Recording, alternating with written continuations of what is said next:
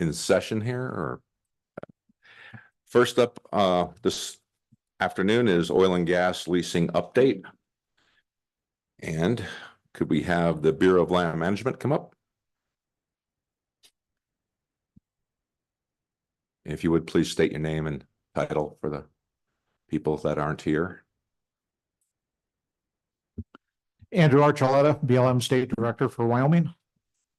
Good afternoon, Mr. Chairman. Brad Purdy, Deputy State Director of Communications for BLM Wyoming. Thank you for being here again. And would you please continue? Great. Appreciate you having us here. Mr. Chairman and the rest of the committee, just going to give you an update as to where we are with current and ongoing oil and gas lease sales, and then happy to answer any questions that you might have. So we had our first quarter sale in March of 24. We had 28 parcels, 12,974 acres.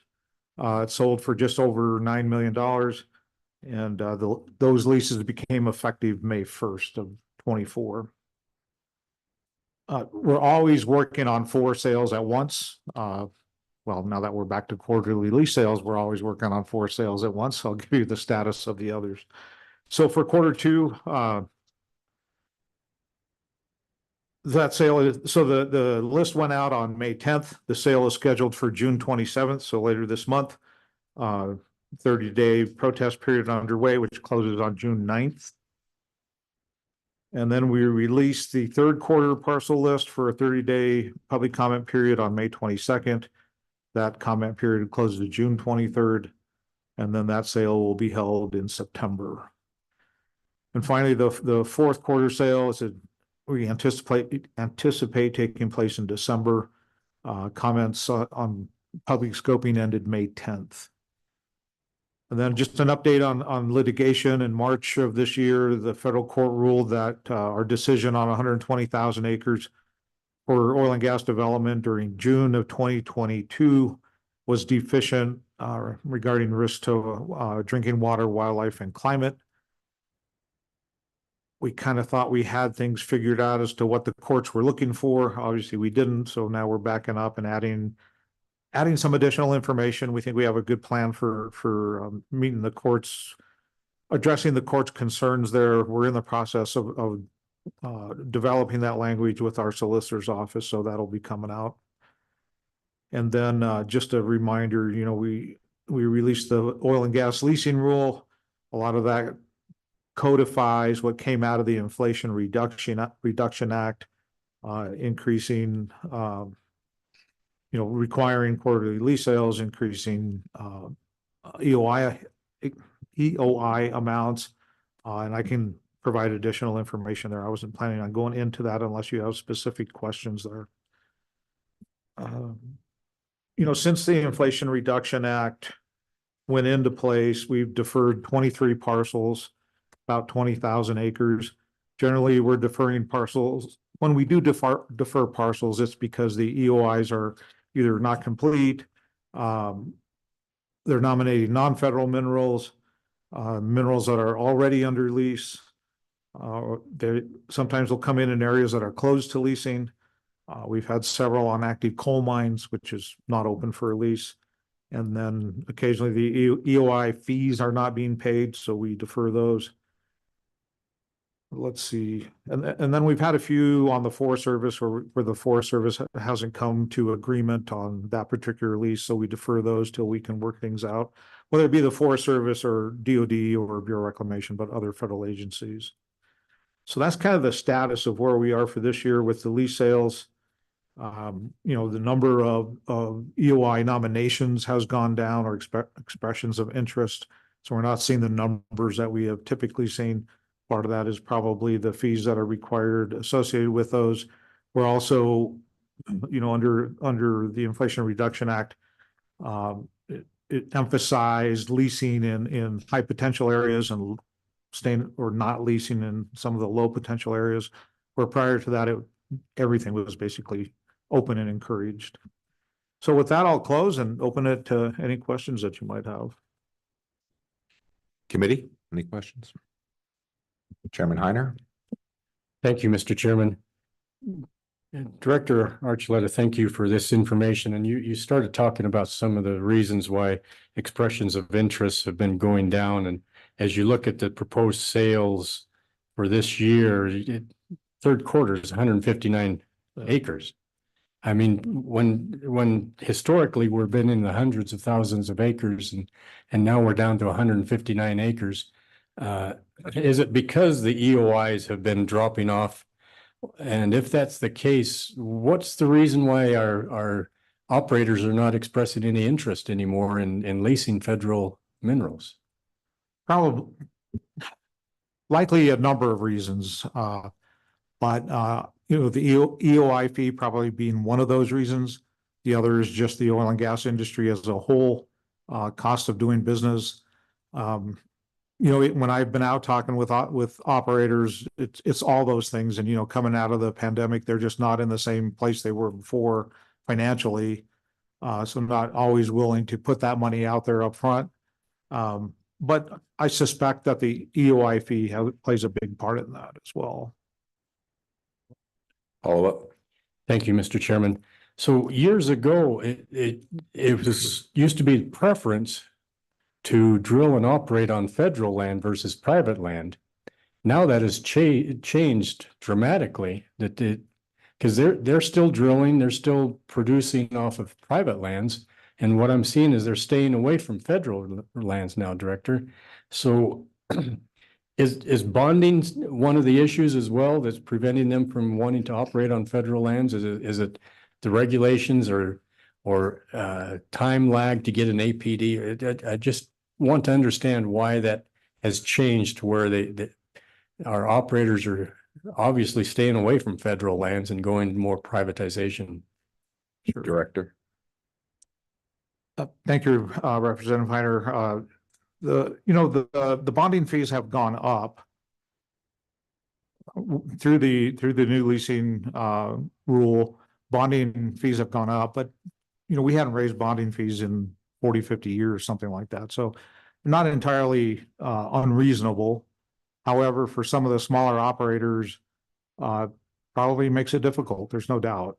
For the bigger operators, that's probably not as much of an issue as related to some of the bigger companies. But it's a hard one to tell. There's a lot of things going on at the same time, so it's hard to put your finger on what exactly is the issue. And I don't know that I can tell you. I think it's this and this specifically. Brad, do you want to add to that? Yeah, I would just add, I'll go over some of the, the bonding, the proposed oil and gas rule, does increase minimum lease bonding from 10,000 to 150,000, increases minimum statewide bond amounts from 25 to 500,000. It eliminates nationwide and unit operator bonds, and includes additional protection for surface owners. I think I completely agree with my boss over here. It's, you can't really point to one thing. I think it's an accumulation of several different factors, whether it's coming out of one of the rules or coming out of the Inflation Reduction Act or the bipartisan infrastructure law. I think it's just a series of things, not just one thing you can put your finger on. Further questions? Senator Boner.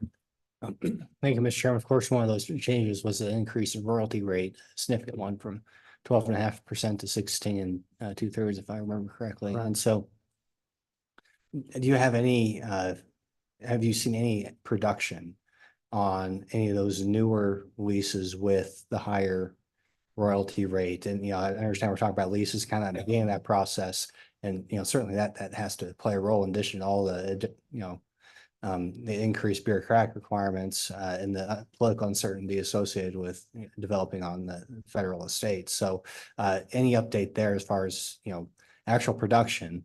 The leasing process is just the beginning. And so any actual production on any of those new higher lease rates? Thank you, Senator Boner. I'm just honestly, I don't know that where we are with production with the higher rates, but obviously that's affects the profit of the company. So that definitely has to affect their decision as to whether to continue on federal ground or not. But I don't know that I guess time will tell. It'll take a little while to really see what effect that has. But then at the same time, you have oil and gas prices going up and down. And so again, I hate to say I don't know, or it's multiple things, but it always is, as you well know, especially in dealing with a market that fluctuates the way oil and gas does. Yeah, that's about the best I can give you there. We can find out what's produced under the new royalty fee. I just don't know that off the top of my head. So. Follow up. Yeah, well, I appreciate that. I understand that, you may not have that right away, but I understand the focus is on leasing right now, but it's also, the challenges associated with actually going through the permitting process once you have the lease and have that property right. Those, I can even give you some anecdotal evidence that, it seems like it's a moving goalpost to comply with all the permitting requirements once you actually have the lease. And so I'd hope that we could just get a little bit more information about the really the only part that matters, I think, which is how much goes into production. And certainly we can look at the rig count, in the state that's gone down even since the pandemic's been over. And the price of oil has remained relatively high in the $70-80, dollar per barrel. So I think appreciate the focus on leasing, but maybe we could also get some information about production and what that end of the equation is looking like. Sure. And this year compared to last year, we, at least for BLM, have seen an increase in APDs. So last year was pretty slow. Numbers have gone up. Not entirely sure what's driving all of that, but no doubt it is a more difficult process on federal minerals than it is on private. And understand the frustration there. So. Further questions? I'm sorry, Mr. Chairman, if I may. You go, proceed. Thank you. Just, from just pulling off some data off of our website, January 2024, BLM Wyoming received 51 APDs.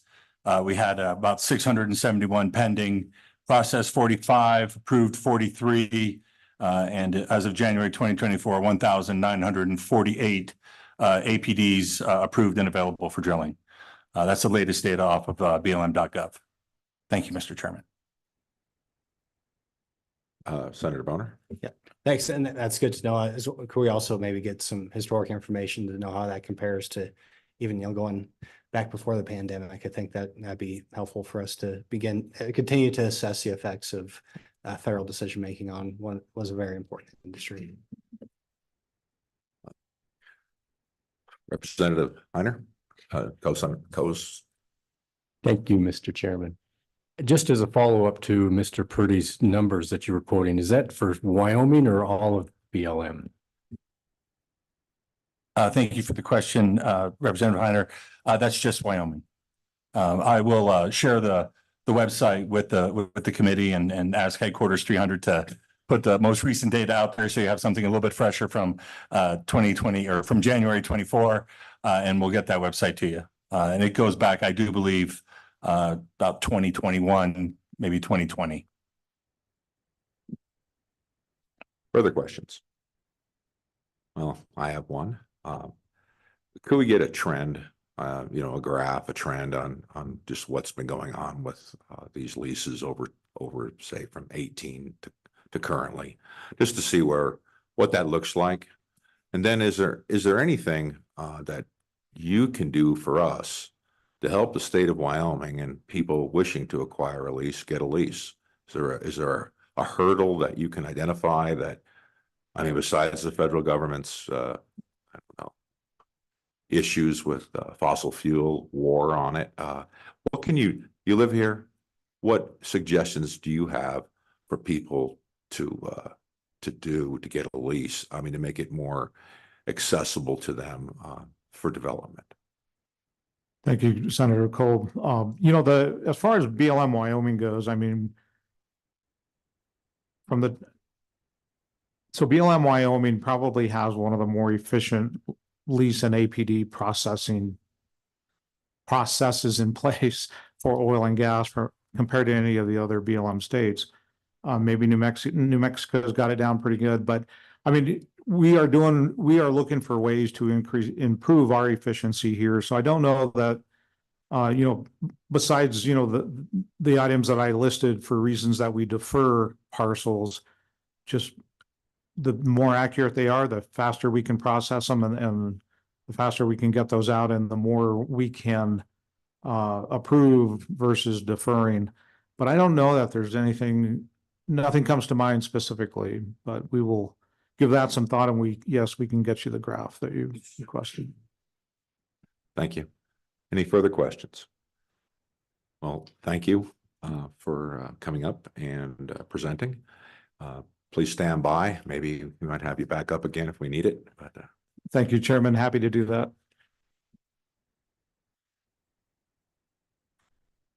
next up, Pete Obermuller, President of the Petroleum Association of Wyoming, and that does not look like Pete. But well, would you please come up and state your name and who you're representing? Hey, Mr. Chairman, Colin McKee with the Petroleum Association of Wyoming, and Pete does send his regards. He has had a rather wild travel schedule this year so far, and so asked me to come give the committee an update on oil and gas activities in Wyoming. So, I feel like I'm kind of the Debbie Downer in my office because I read all of the public lands issues that are coming up, all the new regulatory issues that are coming up, and then tell all my members the things that are happening, basically more often than not coming down from DC, and that will affect us. And there have not been a lot of good stories to tell recently. And so I thought I would just try to at least highlight a few things that to me right now, the oil and gas industry in Wyoming is pretty strong, and it is doing some pretty incredible things. As Senator Boner mentioned, there are only 12 rigs running in Wyoming right now, which is a lot less than we're used to. But the wells that are being drilled now are they're reaching 3 to 4 mile laterals, which is really, really incredible. When a decade ago, I think reaching out to a mile was pretty incredible feat. So the evolution that we're seeing on the technology side and companies' ability to access resources is really growing by leaps and bounds, which is great. Our production is up. It was up in 2023 compared to the prior years. I think we're still just a shy, just a bit below where we were pre-pandemic, but we are seeing production increase every year. Natural gas production is decreasing every year, but that's been a trend that we've seen, I think, since about 2009, but it's not decreasing at a fast pace, but it is decreasing, but still pretty significant production. There's the technology side. There's also the reclamation side of this industry, which is getting incredible. And I will note Jonah Energy this year won the reclamation award for all energy companies across the United States for the efforts that they're doing. And there's an individual who, Mike Curran, who's a member of PAW, who won the early career reclamation award for the work that he's doing out in the Jonah and Pinedale area. We're now often seeing disturbed areas create better habitat than what was there pre-disturbance. And so, and we're, with the evolution in the technology, we're seeing less disturbance on the land. And with the improvement that we're seeing on the reclamation side of things, we're seeing better results on the back end than what was there before. So there are a lot of things to celebrate in Wyoming with what's going on with this industry. I will get into all the Debbie Downer stuff here in a minute, but I wanted to make sure that the committee knows that the industry in Wyoming is doing things that I think aren't occurring in other states, and is pretty incredible. And all the comments and responses that PAW provides to EPA or BLM or anybody on all of these rules that are coming down, we always try to highlight these things. When I read through a lot of these documents, it always feels like the narrative, like they're treating this industry, like it was 50 years ago or something. They don't recognize all the good things that are going on. So I wanted to open up my part of this conversation with that. So now for the Debbie Downer stuff. So, Hold Yeah. on a second. yeah, Senator Bonner. Okay, well, A since we're question? transitioning to the Debbie Downer stuff, it used to be even after the pandemic, it seems like there's just a little less than 20 rigs going. Now it's significantly less. So you talk about the production being higher. I understand that there's, they're doing some really neat things with how far they can drill from one single well site, but I'm also wondering how much are we still in that production curve of back when we had 19 rigs going? Are we still realizing the benefits of having that higher rig count in our production numbers, and how's that look relative to the increased efficiency of a single drilling rig? and Mr. Chairman, Senator, that's a good question that I don't have the perfect answer to. I know I have heard Supervisor Crowpatch speak recently, and I think it was when we were maybe running about 15 rigs that that was enough to kind of keep production stable in the state. So 7, 8, 9, 10 years ago when we had to have 40 or 50 rigs to kind of keep production level. I think now in that maybe 15 to 20, rough numbers, kind of keeps that stable. All of the rigs running right now, but for one, are for oil. So I think the advantage for production to stay stable or increase on the oil side is better, where there's just one company running one rig for natural gas right now. Any further questions? Co-Chairman Heiner. Thank you, Mr. Chairman. Mr. McKee, where do you see the rig day rates going? Are they trending up, trending down, staying flat? With less rigs actually being active, I just wonder what the rates are, or is that being reflective on the day rates for the rigs? Mr. Chairman, with how fast they can drill a well? Well, I guess I've No, never heard the cost to drill. okay. When you contract a rig, there's a day rate and everything. Is that, I know inflation has a factor, but when there's more rigs available, theoretically, the prices should be going down. So I just wondering if that's happening or if the prices are staying up. Mr. Chairman, and Co-Chairman, I do not know the specifics on how much it's costing right now to run a rig compared to earlier. I know during the pandemic, prices went up substantially when there were supply chain constraints, and just general those costs really drove prices up. But I don't have a good answer for you on that. I could definitely look into it. Follow up. Thank you, Mr. Chairman. One of the other issues, Mr. McKee, was finding labor. I know earlier last year, I guess, it was very difficult to find hands to run rigs, and some of these rigs just workover rigs specifically, they just didn't have hands to be able to do this. So are you seeing continued trouble in the labor market, or is that being relieved a little bit? And Mr. Chairman, and I again appreciate the question. You're unfortunately reaching into areas that are kind of outside my usual day-to-day things that I'm looking at. I read an inordinate amount of Federal Register notices and EAs and EISs, and sometimes kind of forget to look into more of the operational aspects of the industry. But so I apologize. I can't answer your question, but would be happy to follow up with you.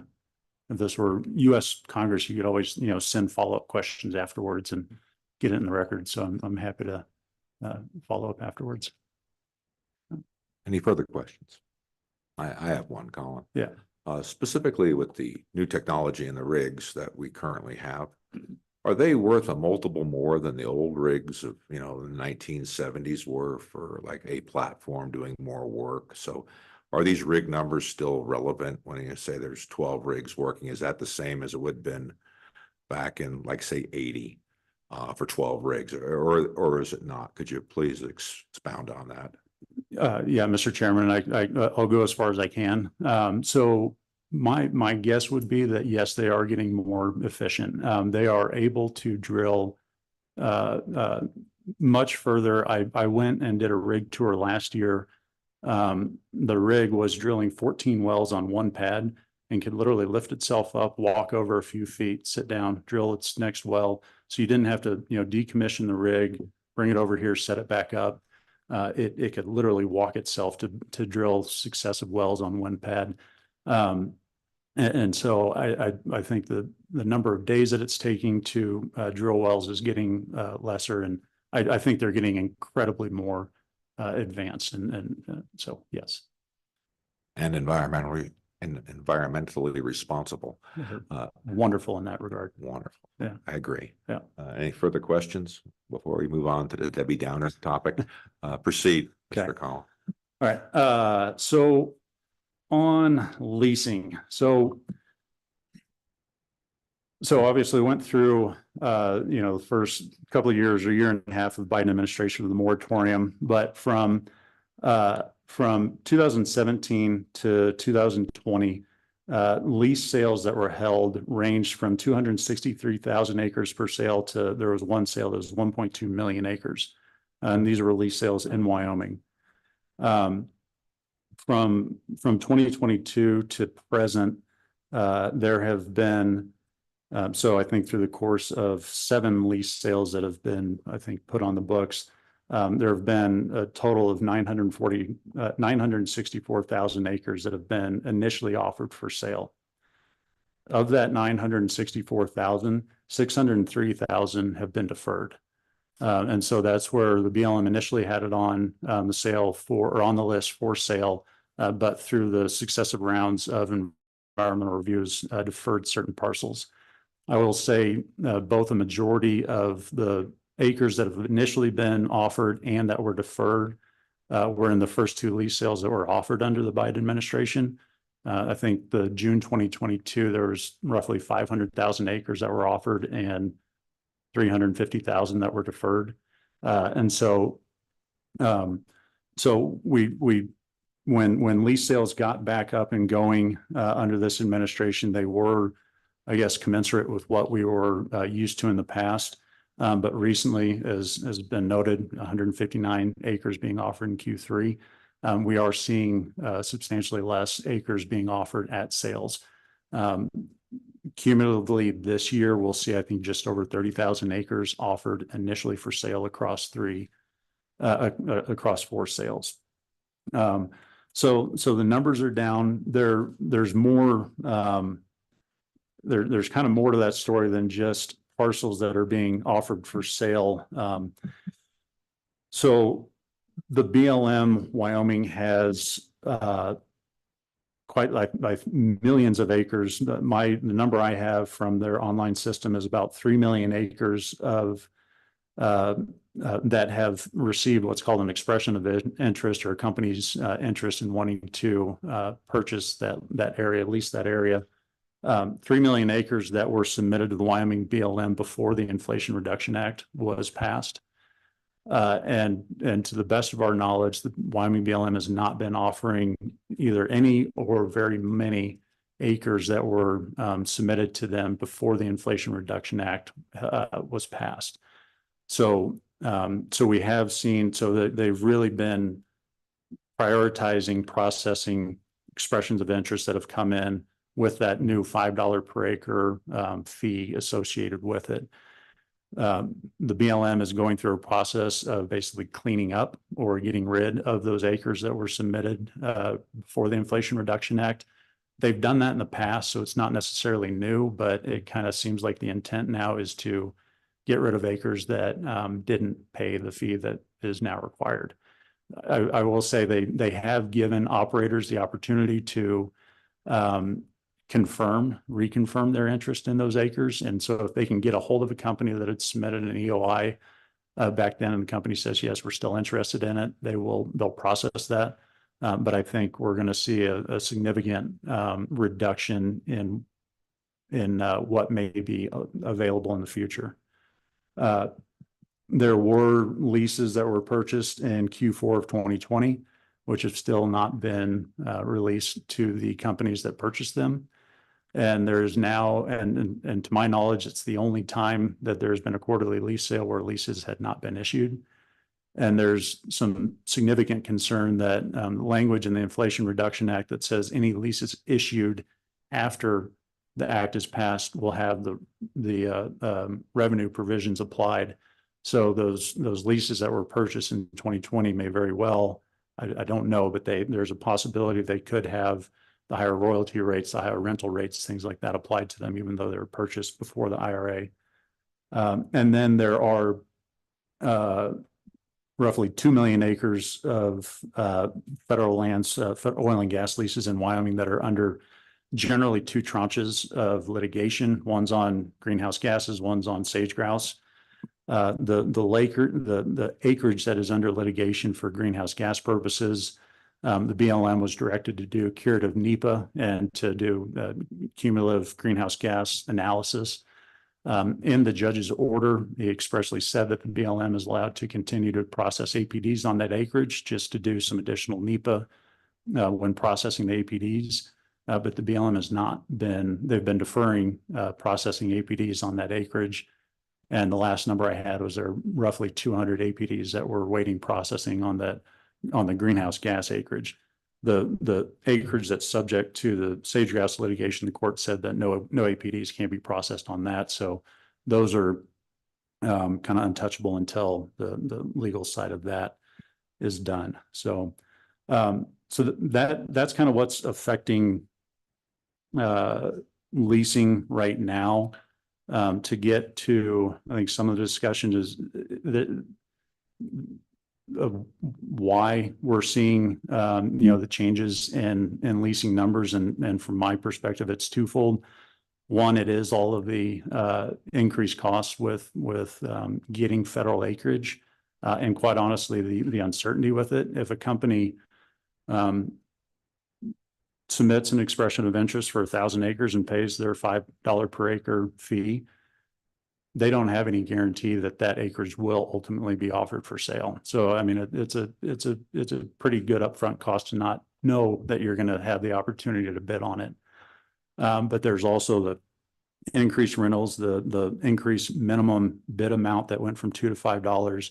And there's the increased royalty rate. So, I mean, just the cost of doing business through the Inflation Reduction Act did substantially change, the economics, or change the economics of developing on federal lands. But there is also the pendulum swings in the regulatory world, which I think dissuades some investment or interest or so, in the last, we'll take this year. Starting from this year, there's the Rock Springs RMP that had the conservation alternative as their preferred. We had the federal oil and gas program reform, which incorporated provisions of the Inflation Reduction Act. It incorporated a number of provisions that the BLM had already put into place through instruction memorandum, but looking at or establishing criteria for what acres they will allow for lease and which they won't. And then the other big part of that was the increase or change in bonding. There's the waste prevention rule, which just came out, which will require operators to start doing leak detection repair requirements. When they submit an APD, they have to include a waste minimization plan and some other provisions. And then there was the conservation and land health standards rule that came out, which in my mind just kind of fundamentally changes how the federal government intends to manage public lands. So you've got all this stuff that's kind of affected current interest, but there's this bigger shift, and specifically the BLM side that I think is resulting in less EOIs, less acreage being seen. So that's my Debbie Downer speech, and I'm happy to answer any questions on that. Thank you. Yep. Dr. Collin. Anybody have any questions? Committee? Co-Chairman Heiner. Thank you, Mr. Chairman. Mr. McKee, thank you for the information. We've heard from the BLM that the reason that the number of parcels being leased out is because of a slowdown or lack of interest, expressions for interest. And from what I'm hearing from you, that there's less interest because of the BLM and some of the additional regulations. Am I hearing that right? I'm a little confused here because I'm hearing two reasons and they're not lining up. One says that the industry is not that interested anymore, and And you're saying maybe industry is just tired of fighting the fight? So, Mr. Chairman, so my opinion on it, and I'll let the BLM speak for their opinion. My opinion is they have millions of acres that they can offer, but they were submitted before the Inflation Reduction Act came into effect. And so they were probably told, don't offer those or hold off on it. I don't know what, but there's a number of acres out there that they could offer that they're not. There is the acres, there are the leases that are in effect, but they're under the greenhouse gas litigation where they're just not processing APDs.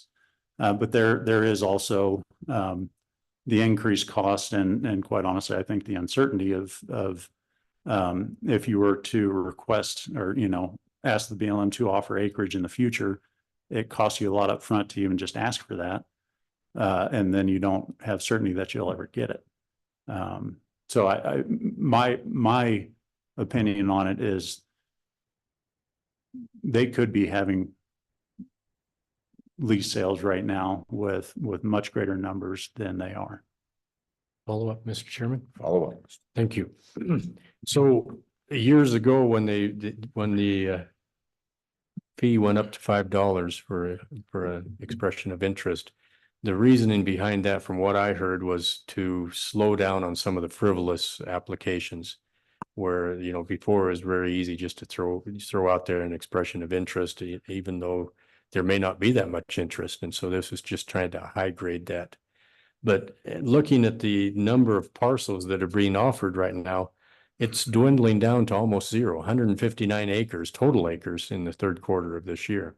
That's concerning to us in the legislature because that's an indication of the future. And we, as we've mentioned before, natural resources is the lifeline of the state of Wyoming, the economy. So what can we do to promote the additional expressions of interest so that we can get this in the pipeline and we can continue going forward and work with the BLM to help get some more of these parcels offered for sale? Mr. McGee. Mr. Chairman, and I don't know if I have a good answer. I will say that, I mean, the staff at Wyoming, I think, has done, again, what I can tell from kind of the outside looking in, the best that they can do. So with kind of cleaning up the books of pre-IRA acreage, they could have very well just said, we're going to eliminate all that and throw it out, and it's not available anymore. But they did give operators a chance to reconfirm interest, and they will offer that when they can. But I mean, what can we do to encourage? I don't know. I don't know what we can do to encourage companies. I'm sure there's an answer. I'm just not the smartest guy in the room with that. So. Other questions? Well, I have one. First, for my own edification, how long did it keep your money for a notice of interest to lease a parcel? And then more importantly, what in your mind can be done to improve the situation short of a presidential change and something along those lines? Anything that we can do to help you be more successful? Thank you. Yeah, again, Mr. Chairman, so on the fee, I'm pretty sure that's collected and goes to Treasury or wherever wherever the money goes. So that fee is kept. If that was your first question. Yeah, Colin, is it refundable is my real question. No, it's not. And Mr. Chairman, I know there have been some conversations in Congress where, if a company submits an EOI with that $5 per acre fee, they still don't know that they're going to be the successful bidder on that acreage. And so there were some conversations where, well, if you're not the successful bidder ultimately, then whoever did win will refund you that money. So I mean, it lessens the blow, I guess, but I think that's as far as the conversations have gone. And again, I don't mean to not answer your questions, but what can the legislature do are questions that my boss needs to answer or have conversations with you. I have my thoughts, but I don't think it's appropriate for me to share without, Well, it's more appropriate for Pete to have that conversation. I with you. respect that. Yeah. All we can do is the best we can do. Yeah. I did find it ironic that the Inflation Reduction Act actually, I guess, creates revenue with seemingly causing inflation. But thank you for your testimony. Yeah. Did you have anything else you wish to add? No, sir. Okay. Any further questions from the committee? All right. Thank you, Colin. Next up, we have public comment. Anybody from the public wish to comment? Anybody online? Okay. Well, that closes public comment. Any further discussion on the committee? All right, that concludes that topic. We'll move on to the sublet Pronghorn mitigation corridor. Doug Brimmeyer, Wildlife Deputy, would you please come up, sir? And for the record, state your name and your agency.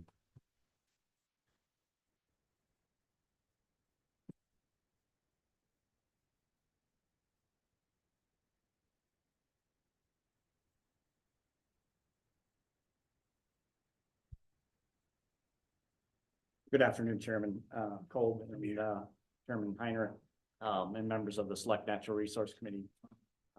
I'm Doug Brimmeyer. You might. I'm Doug Brimmeyer. I'm Deputy Chief of Wildlife for the Wyoming Game Fish Department. And I appreciate the time on the committee's agenda to provide an update on the sublet antelope migration corridor. And so if we can go to the next slide. And so basically what I'd like to do today is give you an overview of where we're at with the corridor process and cover a number of points.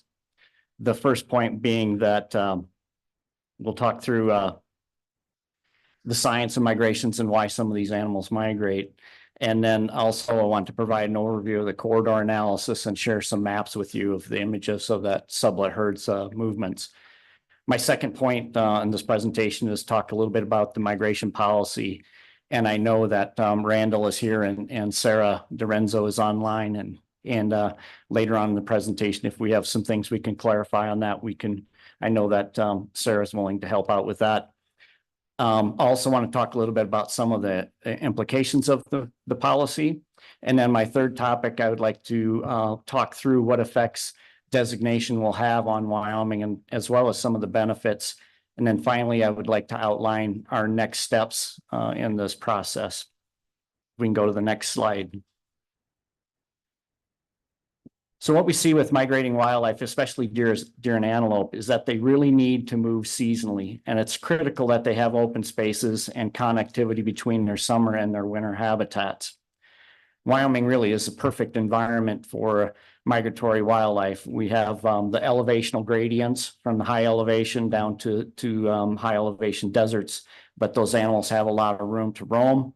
And some of these factors like a low human population contribute to why Wyoming has half the world's population of pronghorn antelope. And those animals really need to have that space to move between those seasonal habitats. So if you can visualize Bondurant or the areas near Moran, like Elk Ranch Reservoir, those areas have so much snow that those animals that reside there in the summer, they've got to go to another place where there's forage available. And so that's why we see some of these antelope, particularly in the sublet herd, will migrate all the way to I-80 in the wintertime. They're escaping that high elevation snow depths, and they're looking for areas that have forage available. And it's typically less snow, and the shrubs remain visible through the snow. At the end of the winter, you'll see this, the graphic at the bottom here. Those animals are waiting for that green up to occur, and there's a key time that those animals have evolved to take advantage of that nutritional status of those plants. Too early, and there's not enough biomass or enough growth above the ground. In the middle is where there's some growth. There's a highly nutritious plant available. That's when those animals have evolved to time their migrations to take advantage of that nutritional benefit of moving to the up in elevation. And overall, migrations promote animal abundance and migrating populations really outnumber a lot of the resident populations. And I'll talk a little bit more on the next slide with the resident and migratory populations. But ultimately, if those animals would have stayed on that winter range, the nutritious level in some of those plants actually deteriorates later in the summer. So there's that other benefit there for them to move up in elevation where those plants aren't as decadent and older. So the sublet pronghorn herd is rather large, and in the herd unit, there are subpopulations. So there's different little areas of that population that animals are considered to be resident, where they might move around in a geographic area and stay there year round. There's also nomadic animals or migratory animals. And again, the residents stay in the same area year round. Those and nomadic animals, they move around in a finite area of the herd unit, but they don't really go to a distinct summer range or winter range. And the migratory animals clearly go from one area of the herd all the way to a new landscape in the wintertime. And they're pretty obvious with the sampling that we do have completed in this herd unit.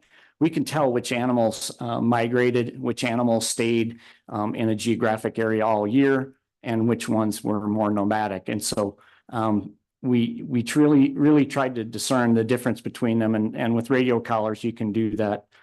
And with as much terrain as these animals have covered in a season, you know, we also, of the migratory ones, we see that there's some that come from Moran all the way down to I-80. We've got some that come from Bondurant all the way down, and others like in Big Piney that might move over to the Mesa. And so there's subherds within this that are either long distance, short distance, or medium distance migrants. And again, we can look at that with the radio collar data to determine which animals move those further distances. Along with those longer distance migrants, we can really tell too that the continuum of this corridor, not all the areas is created equal. So those animals are crossing streams. There's mountainous and barren features, as well as developed areas where some of those animals are moving. And if we can go to the next slide, please. And so this map shows all the data points. So all the little brown spots are really tiny dots on this map. So you get a perspective on where all the animals were located. And because of this variable landscape, there's an impressive scale which these animals use habitats in Western Wyoming. And these data sets that you see here are collected over 20 years. And as I mentioned earlier, some of these animals have been documented traveling from Moran all the way to Rock Springs in one seasonal movement. And so we looked at all this 20 years of data, and we pulled out just the ones that migrate. And that was the 415 individuals you see in that bullet on the slide here. And those animals had 800 different migration sequences. So they went seasonally, they made trips 800 different times. And so in partnership with the University of Wyoming and Jared Merkel with the university, we completed an analysis of these movements. And the next few slides will show what that looks like on this scale of a map. If we can go to the next slide, please. So this map will show you, and you can see, I think the little image in the upper corner of the video is actually covering the legend, but it shows the high use, the low use, and medium use, and then the stopovers is the green blobs in the middle of the slide. And for the department's purposes, identifying the corridor is all about using the best science to inform our decisions. And working with UW, the best science for this herd was basically applying a line buffer method. So if you have all those dots on the map, you can connect those points that are consecutive in a row, and you can have a path that those animals have traveled in. And so we use that line buffer method, and then the buffer part of that is expanding an area on each side of the line, 300 meters on each side of the line, to account for the variability in the point collection and the terrain that they're moving in. So 300 meters was recently published in a paper by the University of Wyoming as being one of the best values to use in the analysis. And then the high use is the top 20% of those. And then the medium use is 10 to 20% of those overlapping lines.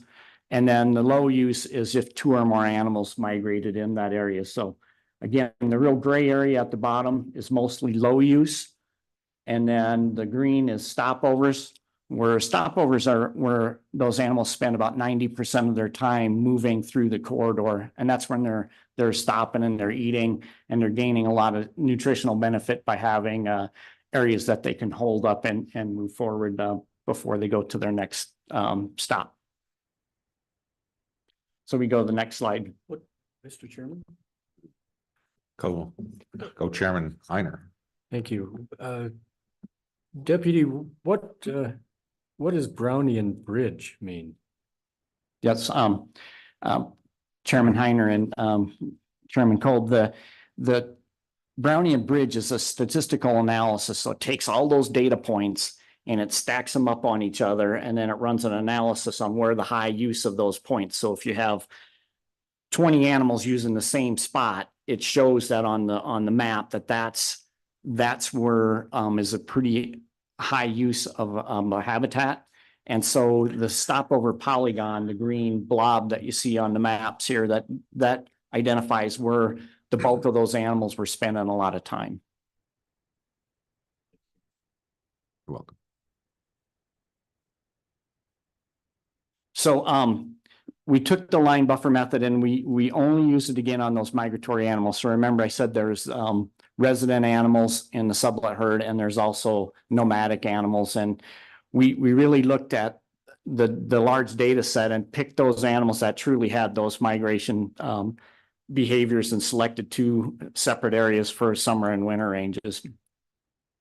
We're also dividing this area up into, like I mentioned, that there was the animals in Big Piney, there's animals that come from Moran, there's animals that reside in, south of the barge and also off the off of Atlantic City. And so those animals are all considered as small subherds of subpopulations within this herd. If we can go to the next slide.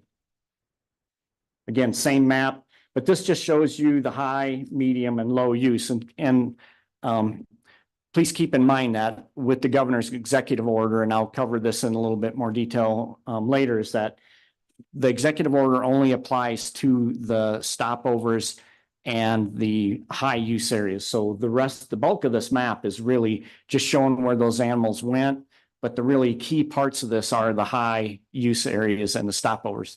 And there's been some publications by Dr. Hall Sawyer showing that animals that use the high use corridors where he's worked in, they have a higher level of survival. So those animals, there's a bulk of the population rely on those high use areas. If we go to the next slide, please. So I'd like to switch into the migration designation process and the policy. Discussions about migrations goes back decades and for deer and for pronghorn.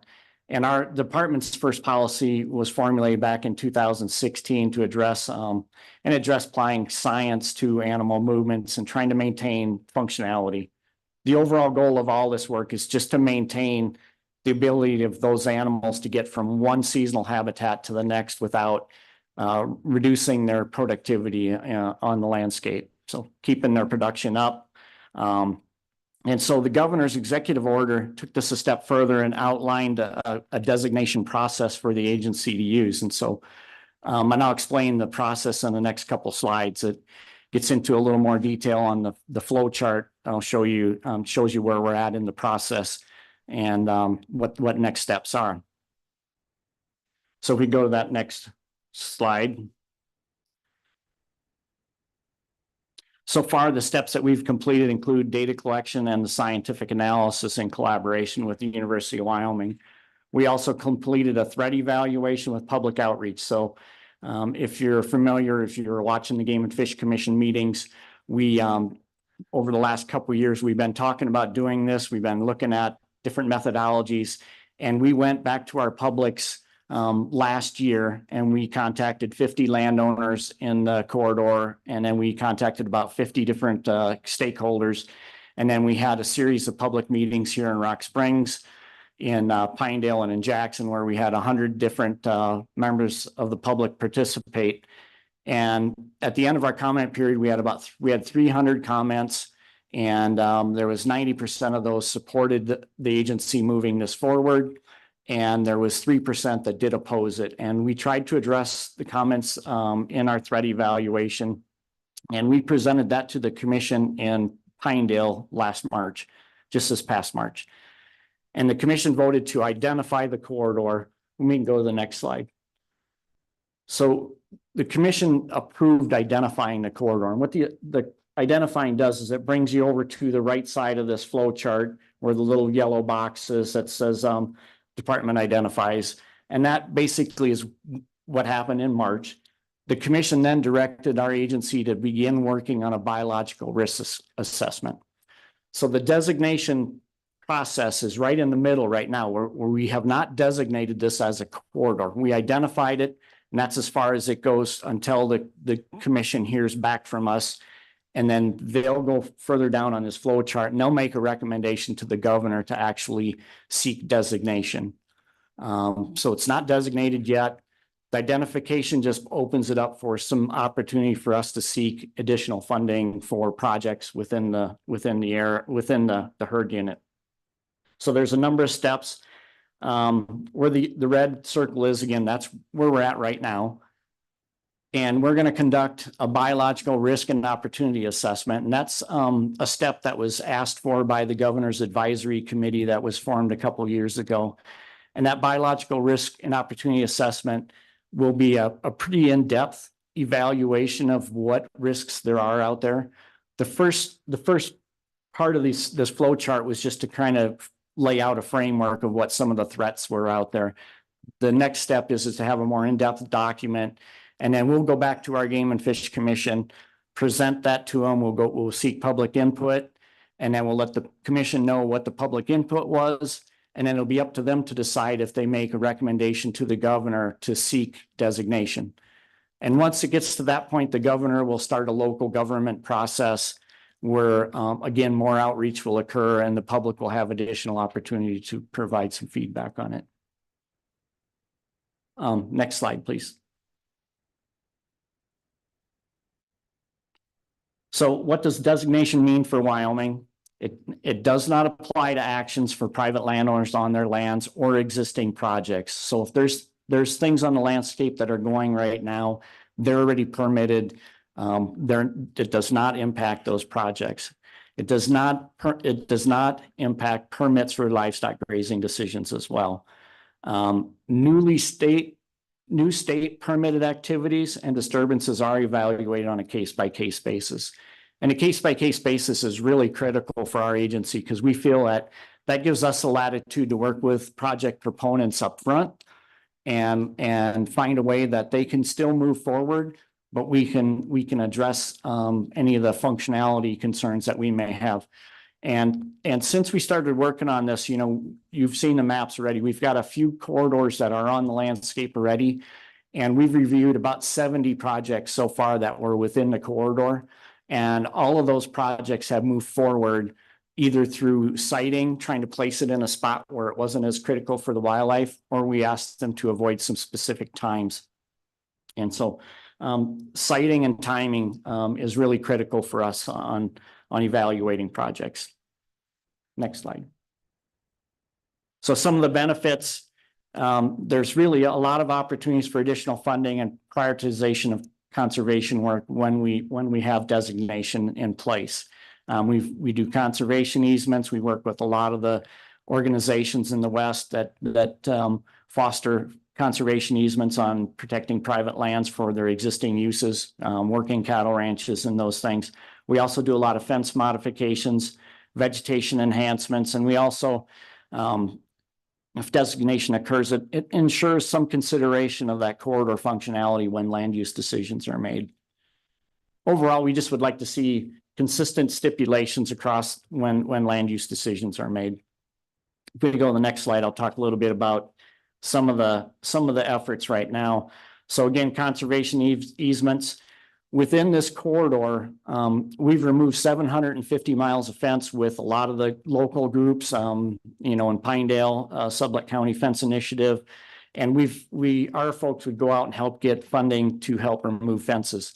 And a lot of those fences were replaced with wildlife friendly fences. So ranchers that asked for fence replacements got new fences that were livestock restrictive, but they also allowed those animals to get underneath. So basically what that means is we'll manage the top wire at a height that still retains cattle, but deer can easily get over it.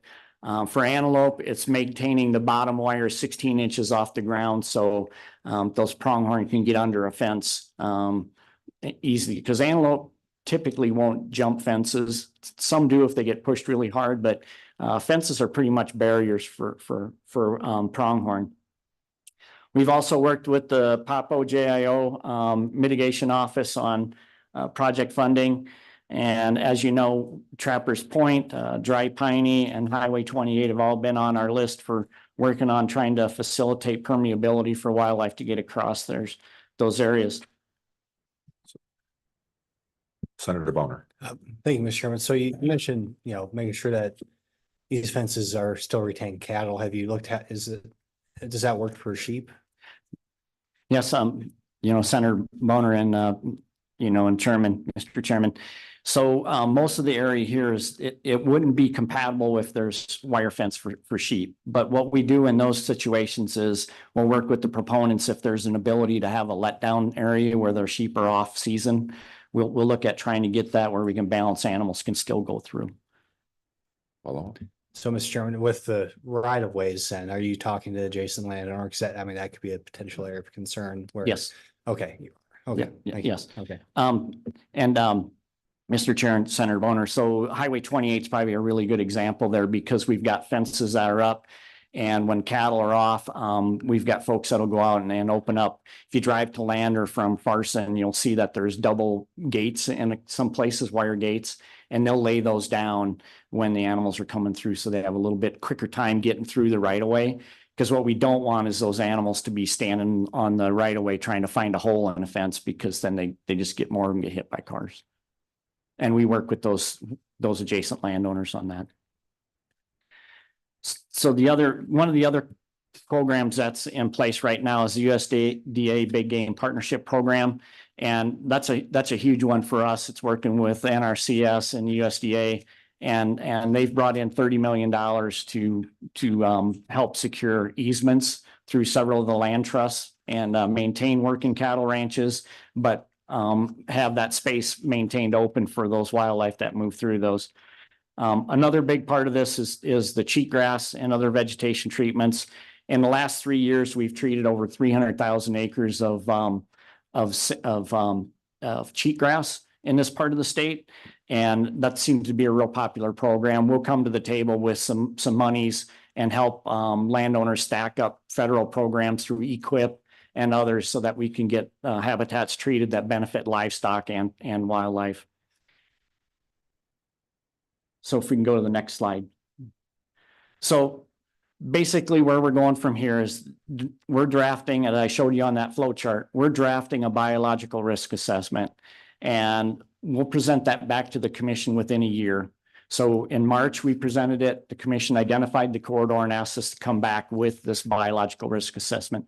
And again, that's a more in-depth review of all the factors that the public may be interested in.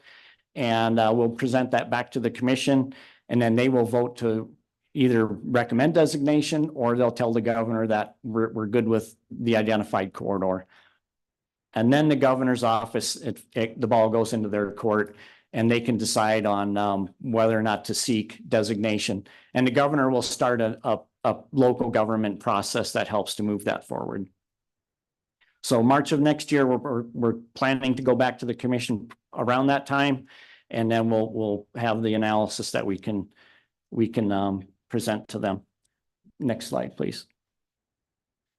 So in closing, I'd just say that Wyoming continues to support state-led management of migration corridors. This has been a challenge for us for a while, since there's so much notoriety in migration corridors. A lot of people want to have a say in it, and we want to help protect. But we believe that state-led migration efforts are really the best way to go. And we're opposed to federal oversight that restricts broad landscape uses. We think that site-specific recommendations are the way for us to move forward. And it's best that to use a site case-by-case analysis to support multiple uses that includes wildlife in Wyoming. And with that, I'd stand for any questions. Thank you, Mr. Breimer. Does anyone have any questions? Co-chair Heiner. Thank you, Mr. Chairman. Deputy, as I looked at your maps, the data points that you've gathered of migration, it truncates right at the I-80. I mean, there is almost no data points below south of I-80. And I assume we've basically changed their migration patterns when we built I-80 there. As I assume you're a wildlife biologist. If we provided some crossings or means whereby they could cross or migrate further south, would that change any of this migration patterns that we have at this point? Yes, Co-Chair Heiner and Mr. Chairman, we believe that it would, but we're also conscientious of what's on the other side. And so within a few miles, you have a major railway that also poses, a detriment. And we've picked up a lot of antelope that have been hit by trains over the years. And so we're still studying through that and what that really means and what we could possibly do in the future. But I-80 certainly is a barrier. And this year you'll see some recommendations to seek funding for other parts of I-80 where we know that we also have, that barrier created by the traffic and just the double lanes that are there. So yes, it does. But we're evaluating what we should do. Follow up. Follow up. Thank you, Mr. Chairman. So Deputy, as we look at this corridor, and I appreciate the data that you've assembled to show that migration corridor up through the north part of the state. How does that interface with our existing mule deer migration corridor? Do they overlap? Or is it a completely different location for that corridor? Do we need two corridors? Can they get along together in one corridor? Yes, great questions, Mr. Chairman and Co-Chair Heiner. They do overlap in a portion of the area, and I don't have the acreage figures at my fingertips now, but they do overlap to some degree, and they are compatible. But yet there is still that the need to have the pronghorn specific movements. Deer are super fidel. They have a high fidelity for where they go. And so we want to maintain that. And the pronghorn one, they just rely on that. They're an obligate to open space. And so where they don't overlap, it's really important to have that area identified as a corridor as well. Further questions? Senator Boner. Thank you, Mr. Chairman. So in terms of steps to take to mitigate human activities impact on these corridors, are there any differences between antelope and mule deer? I think you touched on some with the fencing, but anything else we should be aware of? Yes, Mr. Chair and Senator Boner. So I think each species is just a little bit different, but they both would benefit from that open space. Mule deer, like I mentioned, they almost travel, and the sublet herd almost travels in the same cow path, if you will, to get from one spot to the next. Antelope are a little broader. But we've got, I think with the mapping and the data points that help to identify those stopover areas, they're a little bit different between the two species. But again, I think having the stopovers clearly identified and supported with the executive order gives us the opportunity to look at that on that case by case basis if there are some human decisions or land use decisions that come up within that. Does that address your comments? Follow up. Yeah, I think so. It sounds like the tools you have to frankly affect human development, our ability to use the landscape, are the same tools. They just might be in different areas. It sounds like, is that correct?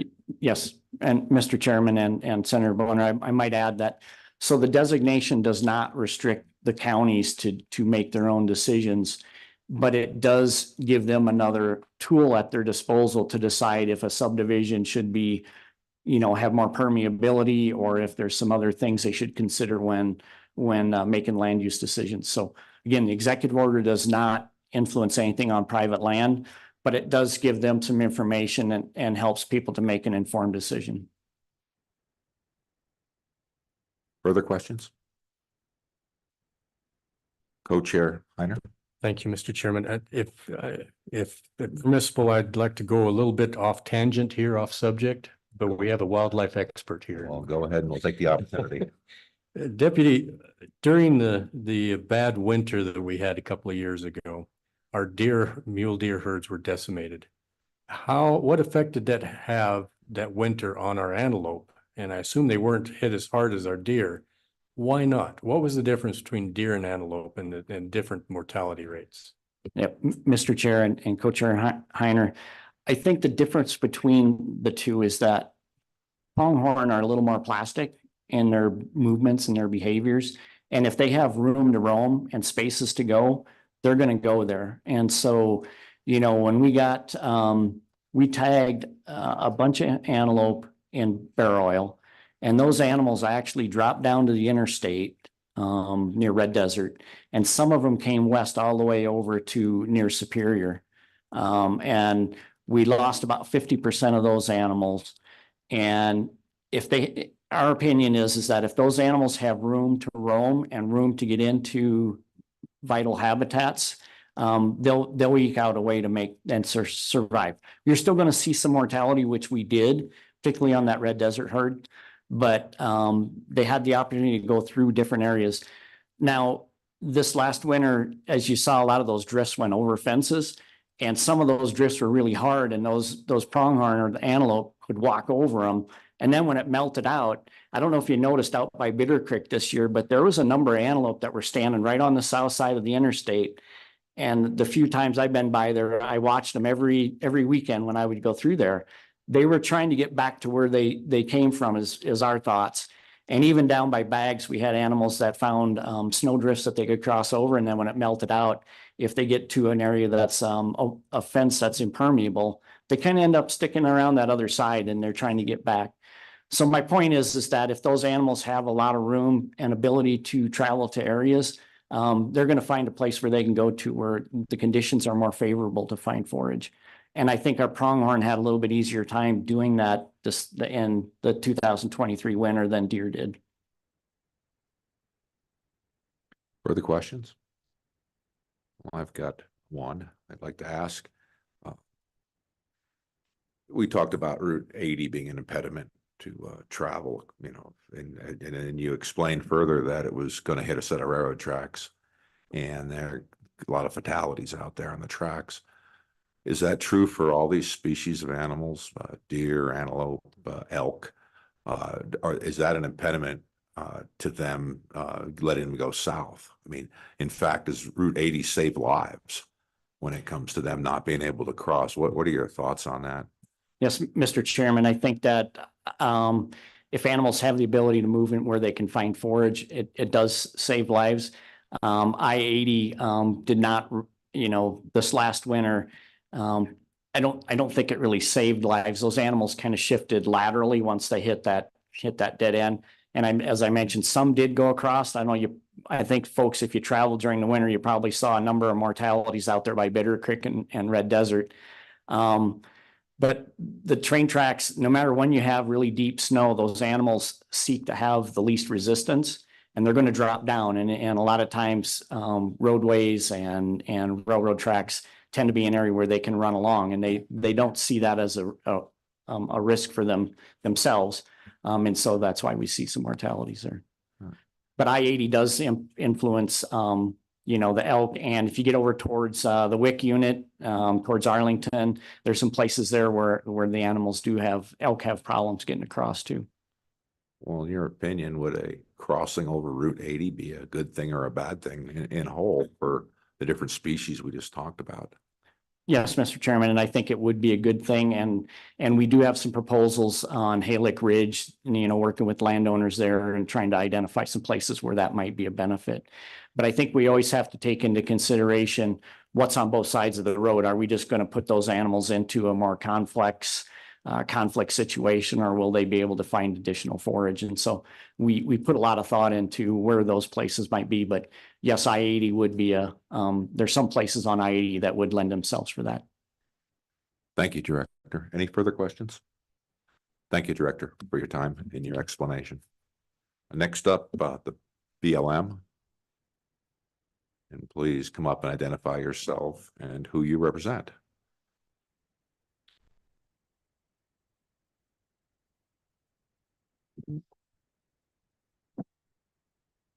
Thank you, Chairman. Andrew Archuleta, State Director for BLM Wyoming.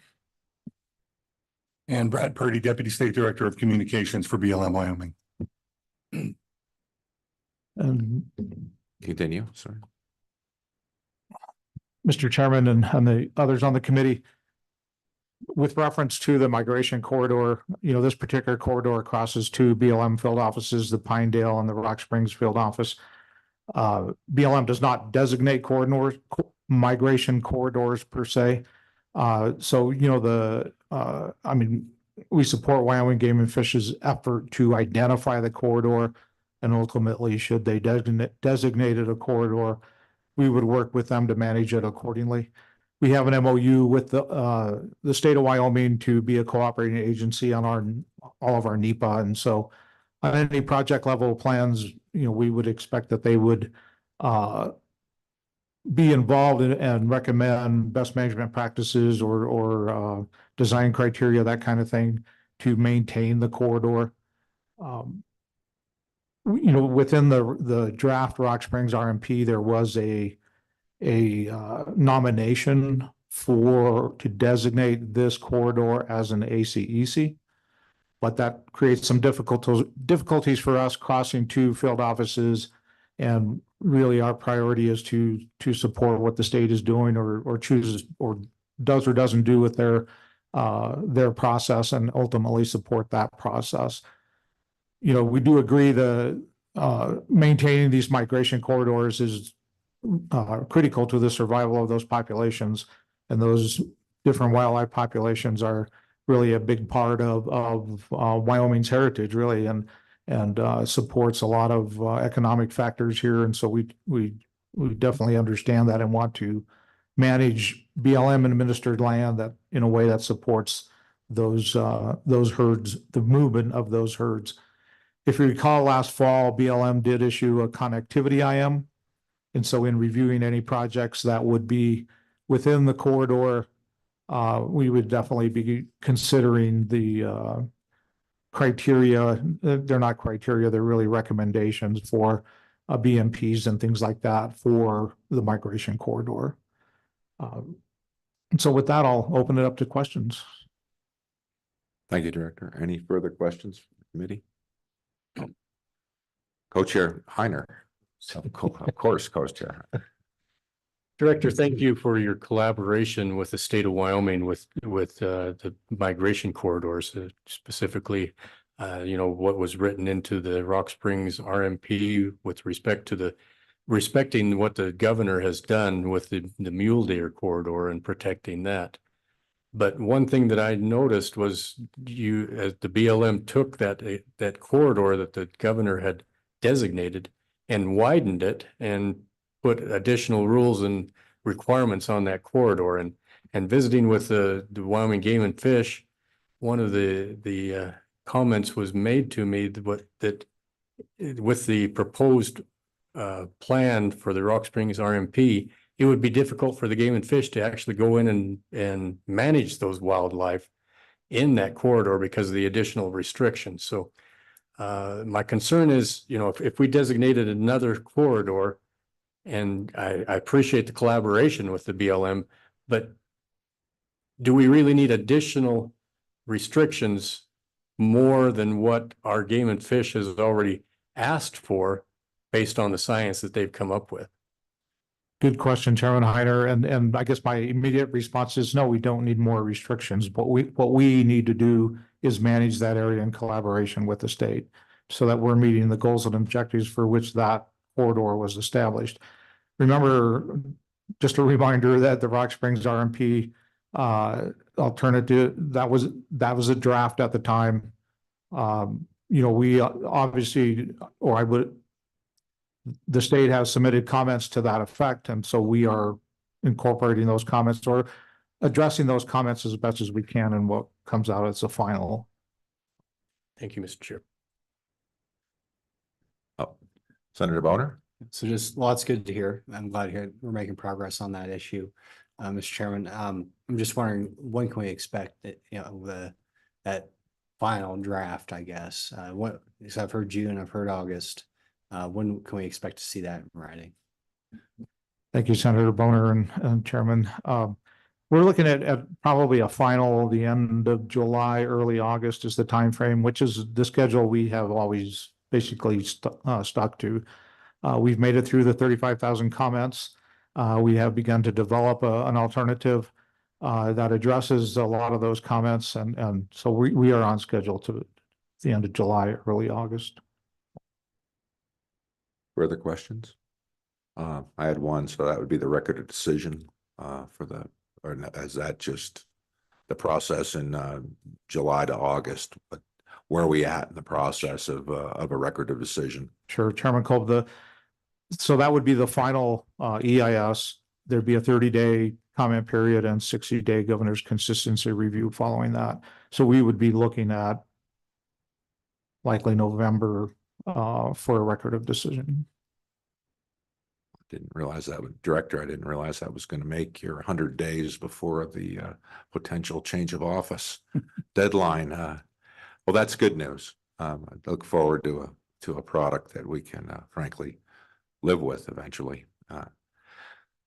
Further comment I might have is there you are aware of a land size minimum for a migration area? Like a certain minimum size that has the federal government come up with any thoughts on this, or is it just purely driven by the state for a migration corridor and the viability of a certain land space for said animals that live in that area? Chairman Kolb, I'm not aware of a minimum size. There may be some information in the literature that supports some minimum sizes, but really, as far as BLM, well, back up a little bit. Every state is a little bit different in how they're treating migration corridors. And so, Wyoming is way ahead of the curve here and has done an incredible job. So there's no reason for us to jump out and try to incorporate other information. And they're using great science, to make those designations. So I'm just not aware of any. I have studied migration corridors some, but I'm not aware of minimum sizes out there that are proposed by species or anything. So. Thank you, Director. Any further questions? Thank you, Director. Thank you very much for testifying.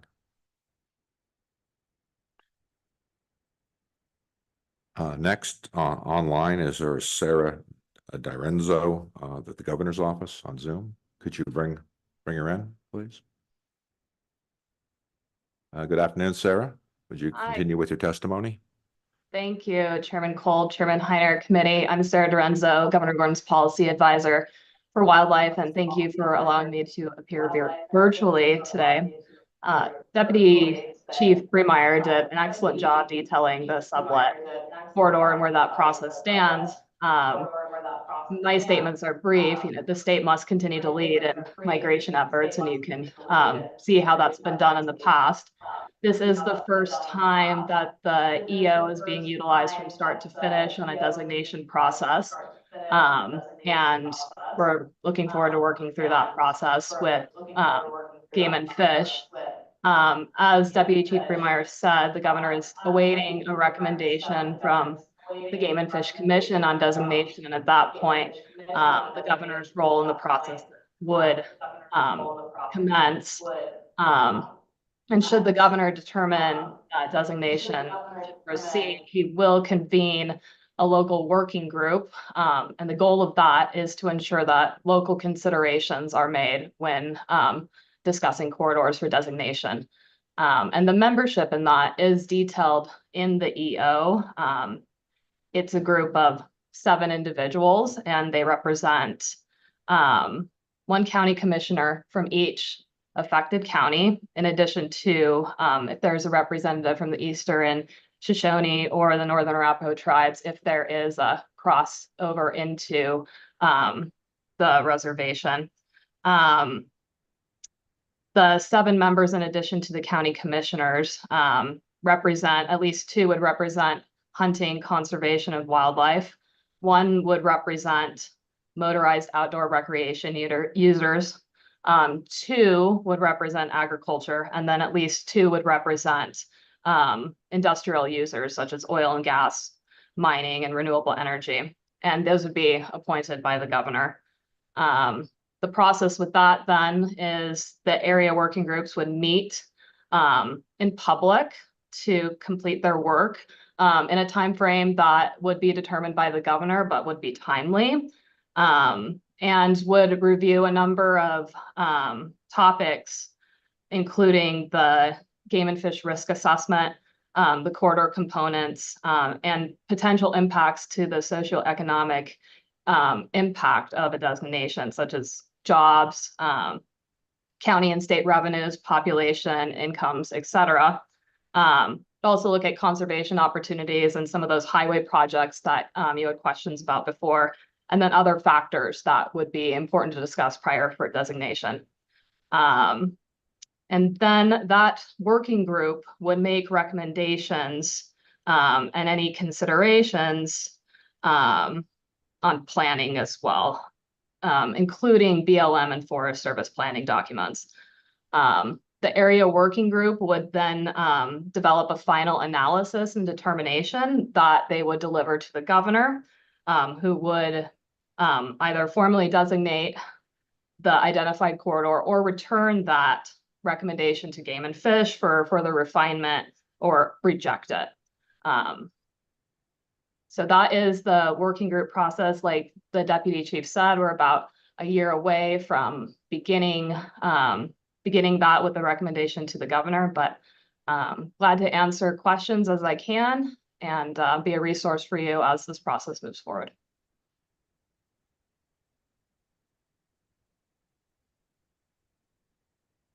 Thank you, Mr. Renzo. Committee, any further questions? Oh. Co-Chairman Heiner. Thank you, Mr. Chairman. Mr. Renzo, we have been advocating for a seat at the table with our federal partners to be able to participate in management of public lands. And I think that street goes 2 ways. You talked about the task force members and you didn't mention anyone from our public lands departments, the BLM or the Forest Service. Wouldn't it be an act of good faith to invite them to be a member of that task force, as well as to show that we want them to be at our table as well as we want to be at their table? Mr. Chairman, Chairman Heiner, thank you for that Mr. question. Renzo? Great question. I don't know the answer to that, but I mean, I certainly will go back and bring that to the governor, and perhaps somebody in the room can be my phone a friend if they have a better answer for you.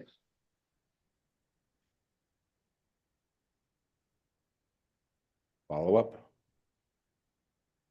Oh. We have A friend is approaching. Please state your name and who you're representing. Thank you, Mr. Chairman. And Sarah, thank you for inviting me to help out there. My understanding is that certainly under our current law, we couldn't name a federal official to that. And so that's certainly something we could discuss with the members of the legislature.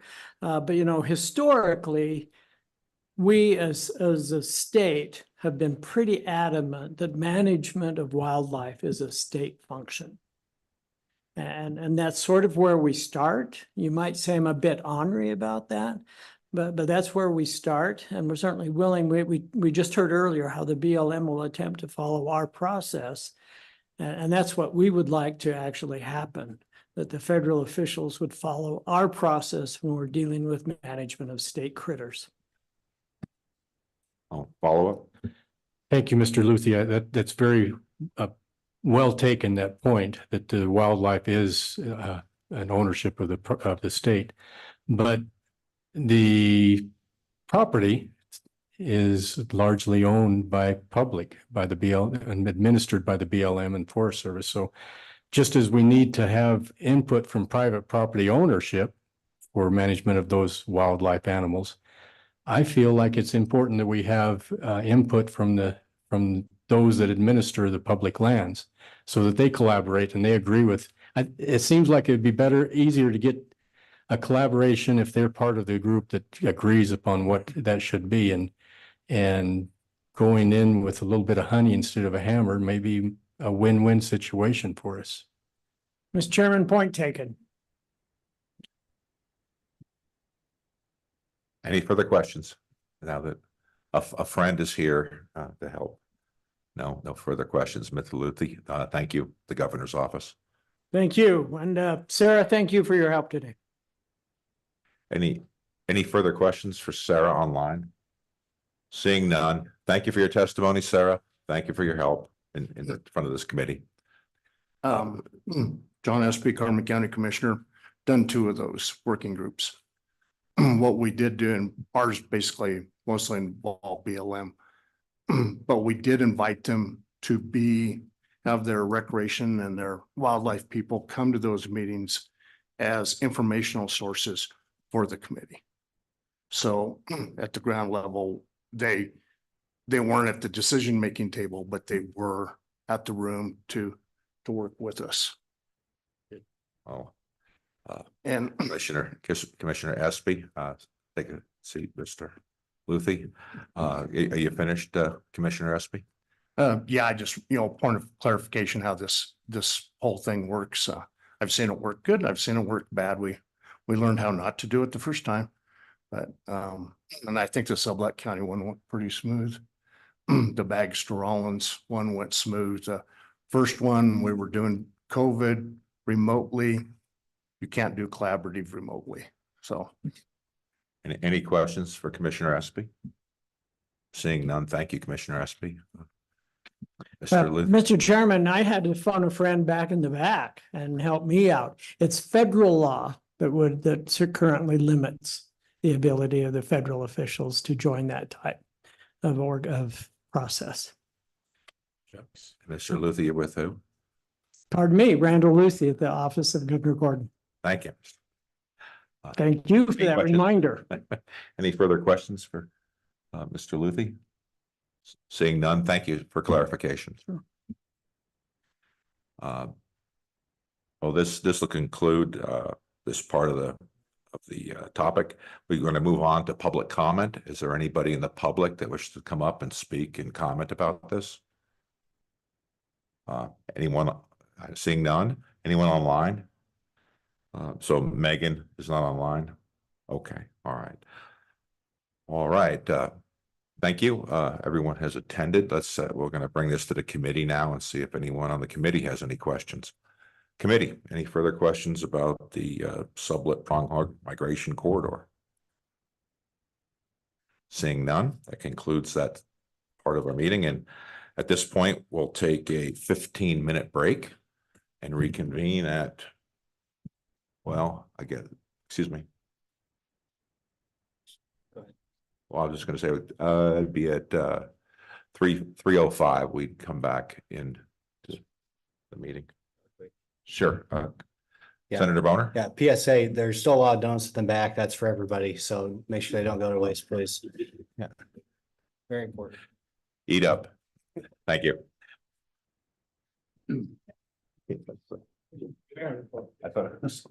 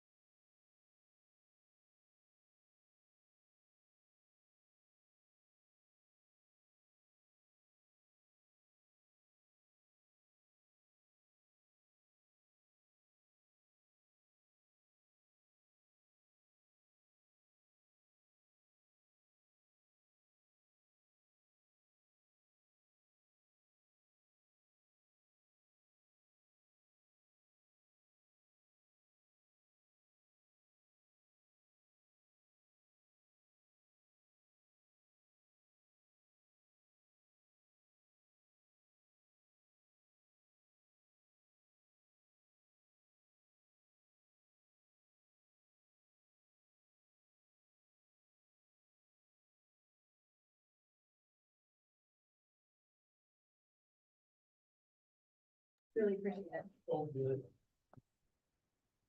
talking about the fairgrounds?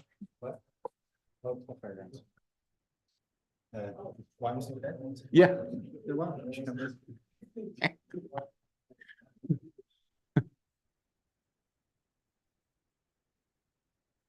Call this meeting back in, to order. Um,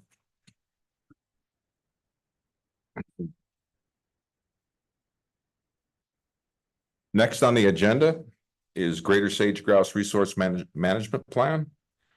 First up, could we have the Bureau of Land Management? And please state your name and who you represent.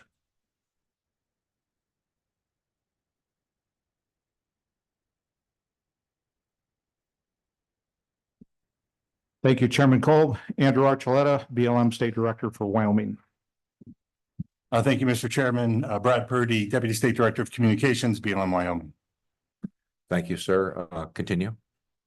Just going to provide a little bit of background on the Gunnison sage grouse or Gunnison. I used to work on Gunnison sage grouse. It's getting late in the afternoon. So greater sage grouse. Plan amendment. I just want to see if Bob was awake back there.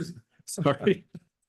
So, as you know, we had the 2015 plan and then we had the 2019 plan. And, just a reminder that the objective of doing these plans was number one, to conserve the species, the greater sage grouse. And number two, was to keep it from being listed as a threatened or endangered species. And that is still our goal. And so we've, the court enjoined the 2019 plan. And so we have been operating under the 2015 plan. So since 2015, there's been quite a bit of research done on movement of the birds and genetic diversity, changes in some of their habitat areas, climate change. And we, across the range have continued to see reducing populations or reduced numbers. And so that was the reason for undertaking a new plan. The new plan really is focused on taking the best of the 2015 plan, the best of the 2017 plan, and then addressing those specific issues that we believed had changed during that time.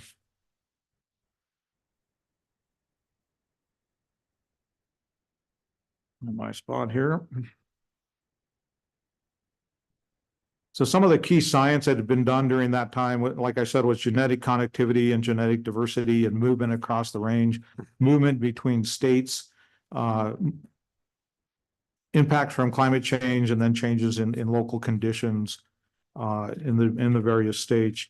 So some of the range-wide considerations, and when I say range-wide, across all of the states where greater sage grouse exists, some of those conditions that have been evaluated in this new plan were habitat management area alignments, mitigation process, habitat objectives, disturbance caps, fluid mineral development and leasing, oil and gas waivers, exceptions and modifications, and how those are issued, renewable energy development, livestock grazing, wild horse and burrow management, predation, and our different approaches to adaptive management.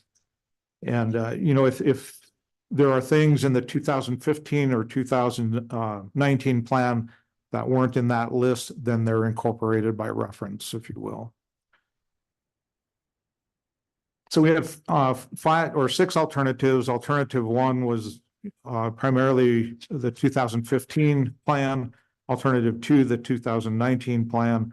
Alternative 3 was focused on really sage grouse preservation, including identification of ACECs. Alternative 4 was a conservation focus with situational allowance for development.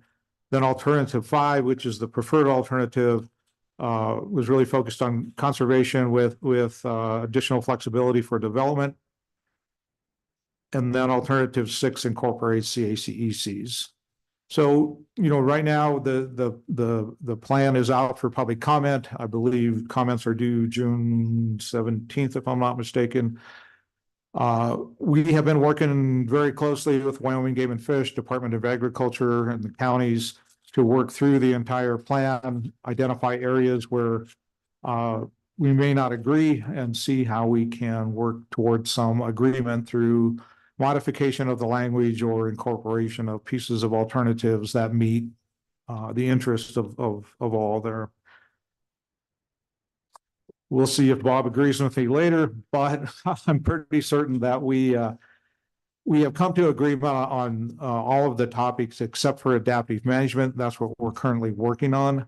Not to say that we can't reach agreement. That's the last topic and that's what we're working on right now. I think we're going to get there. I'm hopeful we're going to get there. But we are really dependent here in Wyoming on being on the same page with Wyoming Game and Fish and their plan in order to do an effective job of managing sage-grouse habitat and allowing development where it's appropriate. So I will stop with that and open it up to any questions. Thank you, Director Archuleta. Committee, any questions? Oh. Co-Chair Heiner. Thank you, Mr. Chairman. So, Director, I just shut myself off. I'm sorry. Thank you, Mr. Chairman. Director Archuleta, in 2015 and 2019, we've been working with a state-specific plans. And 2015 to 2019, we made some changes for our state. And I've looked at the proposal. It's 3,400 pages. I don't remember how many. It's a lot of pages, and I apologize. I haven't read it all. I've tried to read some of it, but it's very long and a big document. But it seems to me, and I could be wrong, but it seems like we're trying to take all of the public lands from all these multiple states and create one plan that covers all of the states rather than have state-specific plans. So could you explain to us why we're going from a state-specific plan to a total global plan like this? Director. Good question, Chairman Heyer. So, in the 2019 plan, which the court enjoined, that was one of the issues the court raised, was you're trying to conserve this species on a state-specific basis rather than a range-wide basis. So you're exactly right. The new plan is range-wide. And the items that I listed there that we're focusing on are the range-wide items. And then we've gone to the states and we said, what are the specific issues within your state that we need to address that maybe don't apply to another state? I left that category out in my description, but that is another area that will be incorporated into the plan. So you're exactly right. It'll be a range-wide plan, one plan, but each state will have records of their own individual records of decision. Okay. And that's how we intend to incorporate the state-specific issues. Thank you, Director. Further questions? Well, seeing none, I don't think you can get away so quickly, gentlemen. Thank you, though, for explaining your point so far. Be prepared to come back up if needed. All right. Thank you, Chairman Cole.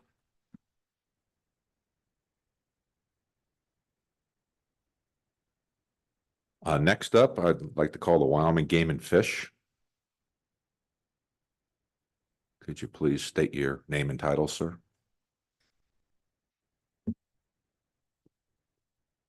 Good afternoon. Will Schultz, Wyoming Game and Fish Department. I supervise our habitat protection program. And I'm Doug Brumeyer, Deputy Chief of Wildlife, out of Cheyenne. Continue, sir. Wanted to thank Director Archuleta and the BLM staff at the state office here in Wyoming for, as he described, working collaboratively with the cooperating agencies and various state agencies through the last year and a half as we have reviewed some of the documents, the administrative draft, and I do think that it is noteworthy that we have had an opportunity to provide a significant amount of comment from the state's perspective to ensure and attempt to align the RMP amendment with the executive order for sage grouse protection. as he indicated, one of the components of that we have still not come to a final resolution is adaptive management.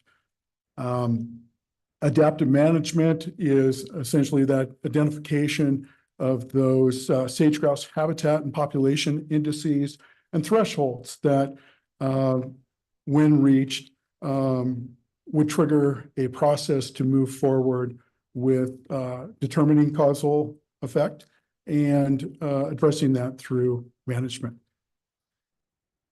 State's continued concern with that is the BLM would like to rely on the output from a single model, which has been developed to track deviations in normal sage-grouse population trends based on LEC information. And they would like to essentially do that and without without the state completing that review. That would be done by the BLM. As we discussed earlier today with pronghorn,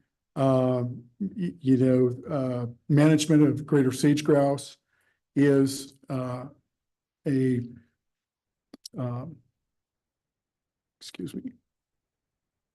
is a responsibility of the state. That species is managed by the state of Wyoming in this state. And we believe that it would be appropriate that the state complete population analysis.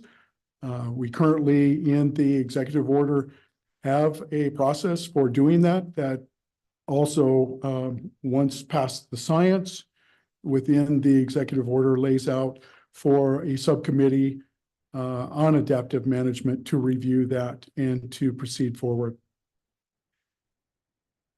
As the state agency, we believe that we are positioned well with being able to determine the population status given the various data sets for sage grouse that we house and look at the model for which the BLM would like to use as an additional tool that could be used. However, we believe that we should also be considering other data that we have, as well as expert opinion from our field staff. In some cases, intimately know these LECs on the ground because they have spent literally decades monitoring them. That essentially comes down to the 2 points of where we still continue to have concerns with the BLM is we believe that the state should provide the population analysis on an annual basis, and that we do have other data other than that would come from that model. And Deputy Director Brimmeyer is going to provide some of that information. I can stand for questions now or later. Any questions, committee, at this point? Director Brimmeyer. Yes, Doug Brimmeyer, Deputy Chief of Wildlife with the Game Fish Department in Cheyenne.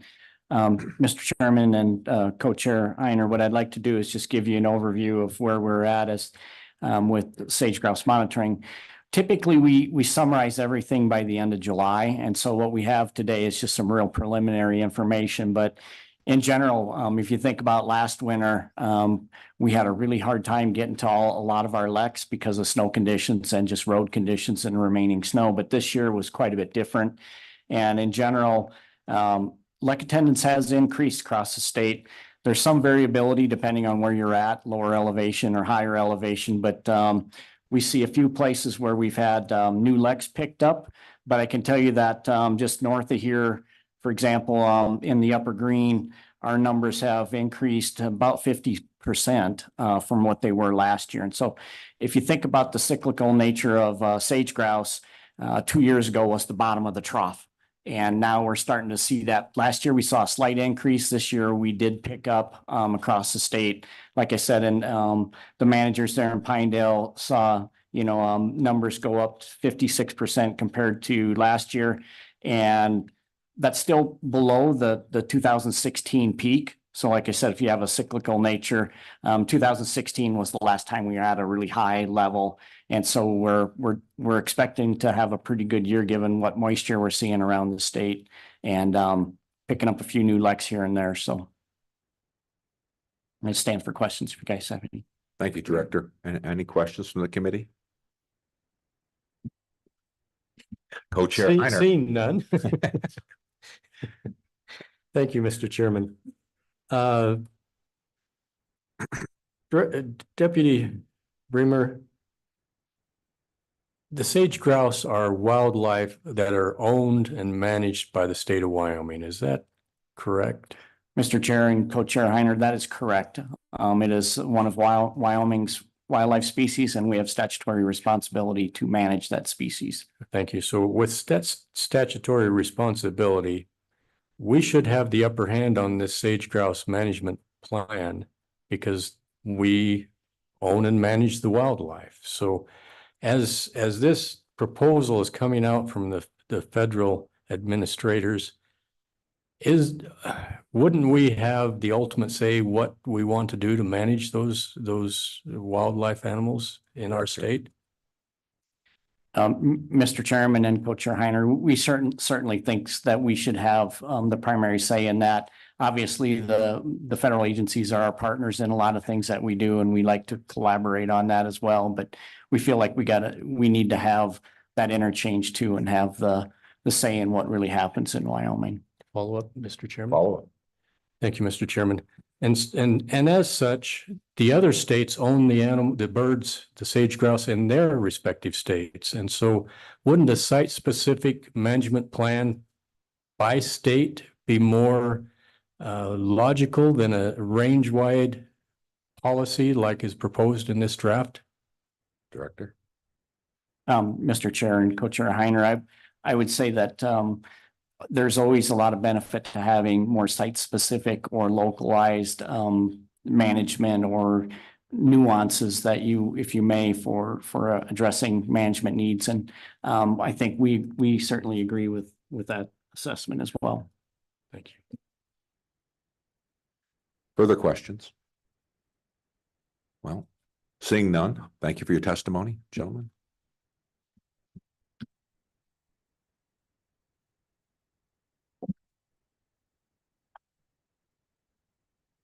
Next, could Randall Luthi please come up and state your name and phone a friend, and Mr. Budd, and I think I was wanting you to go first, Mr. Luthi. Thank you, Mr. Chairman. Mr. Budd, you would be second. Mr. Chairman, Randall Luthi, Policy Director for Governor Gordon. I did indeed phone probably all the friends I have for this particular subject. So with me, we have Bob Budd, who frankly has been dealing with sage grouse issues for so long. I wouldn't be surprised if he has feathers somewhere, but I'm just not going to go too far into that. And then also Sarah Dorenzo is available online as well. She's been kind enough to pick this subject up since I started the newer job that I have, but she was also formerly with Game and Fish, so she also has particular experience with that. But just in general, I think, and I'm going to save the good stuff, of course, for Mr. Budd. Because he'll be able to give you, I think, a broad outline and history of why we are where we are. But in basically, you asked about BLM. You know that BLM owns, federal government owns about 48% of our surface. So once, as you pointed out, Mr. Co-Chairman, they are someone we have to deal with. I often refer to it as a forced marriage, or a shotgun marriage. But it is something we have to deal with because last time I looked, sage grouse actually live on land, and particularly within BLM lands. Wyoming has more sage grouse than any other state. We should be recognized, we should be commended for our ability to do that. There have been groups that have wanted to list the sage grouse as threatened or endangered for many years. which actually started this process through, go back clear to Governor Friedenthal, through Governor Meade, through the current Governor Mark Gordon. These are areas where we started working, trying to make sure we had a process to help preserve the population to the extent that we could actually thwart any efforts to list the bird. So that's where we started. And with that, I am just going to turn it over to Mr. Budd, and I think we'll all have a better understanding when he finishes, if that is all right with you, Mr. Chairman. Thank you, Chairman Luthi. Yeah, Mr. Budd, would you, and then I don't know if we want to bring in Ms. Dorenzo or not, if that's possible on Zoom, just in case we need that person to also answer questions. Continue, Mr. Chairman, Bob Budd. I'm the director of the Wildlife Natural Resource Trust. I'm also the chair of the Sage Grouse implementation team. Part of this, I think, needs to be a little bit of myth busting. There are a lot of different ideas out there as to how this process has gone on, and a lot of them are wrong. So indulge me a minute. I started with sage grouse involuntarily 25 years ago in 1999 when I was asked to chair the state's collaborative sage grouse management plan, which was completed in 2002. I was then pressed into service in 2007 by Governor Friedenthal after we had a symposium in Casper to look at sage grouse. In that period between 99 and 07, I believe the bird was petitioned for listing 5 different times. Governor Friedenthal said at that point, we need to do something that is responsible, proactive, and inclusive. And so we did that. We created the Sage Grouse implementation team. That has representation from all of the federal agencies. It has all of the relevant state agencies. It has representatives from the House and Senate, county government, and individual representation from oil and gas, mining, agriculture, conservation groups, transmission and renewables, and all of the different affected interests. So it's about 27, 28 people that sit on the CIGIT. We meet regularly, and that's the group that developed the EO under Governor Friedenthal, and then redid EOs under Governor Meade and Governor Gordon. One of the things that came up earlier, Mr. Co-Chair, the original plan in 2015 covered 11 states, and there were 2 records of decision. We objected to that. We fought that tooth and nail, and we lost. The difference between then and now is that the new one still covers 11 states, which it has to under the way that the petition occurred. But there will be individual state records of decision, which is what we asked for in 15. That's just one of the marked differences that we've tried to achieve. The reason we're here also, I think, and Director Archuleta referred to it, is that the court is what got us here. The court rejected the 2019 amendments in part because there were only 2 alternatives that were studied under NEPA. That's pretty inadequate. And they said, go back and do it again. They also directed the BLM to look at climate change. They directed the BLM to look at a much more restrictive alternative, which is alternative 3, as was described earlier. So that's what got us to where we are. There were 5 original alternatives in this round. One was 2015, which obviously was not adequate, or we wouldn't have done what we did in 19. The second, which is the no action alternative, is 2019, which the court has already said it won't accept. Alternative 3 is frankly what I would call just a terminal option. It basically puts the entire state as nothing more than a zoo for sage grouse. Alternative 4 is that with limited ability for industrial development. And alternative 5, the one that we have advocated for, and which is the preferred alternative, is very similar to what we have with our executive order. Alternative 6 was again at our request because alternative 5, they're trying to decide whether to put areas of critical environmental concern in or out, or how many. We said we believed then that needed to be a separate alternative. BLM agreed, and that's alternative 6, which is 5 with the ACECs included. So I hope that clarifies some of this. Now, the other part of it that I think is difficult is that in 2015 and 2019, all of these efforts were ground up. They were very organic. They came from the states. I traveled to Idaho, Nevada, Utah, Montana, and helped develop those plans as well. They were all organic. They all came ground up. In this case, the court ordered BLM to do it, so it came completely backwards, where BLM was coming back from DC, if you will, and saying, okay, now we need to do this. We had probably 6 months of, I would say, angst, where we kept trying to do it the way we'd done it before, and they kept saying, we can't do it that way. We've got to do it our way. We finally met in the middle, and I think that hats off to Director Archuleta and his staff, because they had to endure that. They had to sit in the middle and get clobbered from both sides all the way through this thing. And they endured that, and they did it with a smile, and we really do owe a debt of gratitude to Wyoming BLM for being as straightforward, as open, and as willing to work with us as they have been. That said, there were 7 primary areas that we believed in 2019 needed to be addressed. Director Archuleta outlined those. I'll give them to you again. There was mitigation. We had changed and adopted a mitigation framework in Wyoming between 2015 and 2019 that the state took and said, this is how we're going to do mitigation. That wasn't reflected in the 15 plan. So there was a disconnect there. Mapping was done when we adjusted our statewide maps for core areas in 2015. That was after the 2015 BLM plan came out, and there was nothing in there that contemplated how you deal with that. So what we ended up with is the state regarding areas as core areas for management of sage grouse, BLM not, BLM managing old ones as core areas. We did not. That is corrected in this version as it was again in 19. Fluid minerals, there were questions and problems with the leasing protocols. There were also problems like with required design features where they were interpreted to apply to every single activity. Required design features are meant to apply to the activity as it relates to the activity. So an activity in Converse County is not the same as one in Uintah County, and the required design features are not necessarily the same. So that was a correction that we were seeking at that time.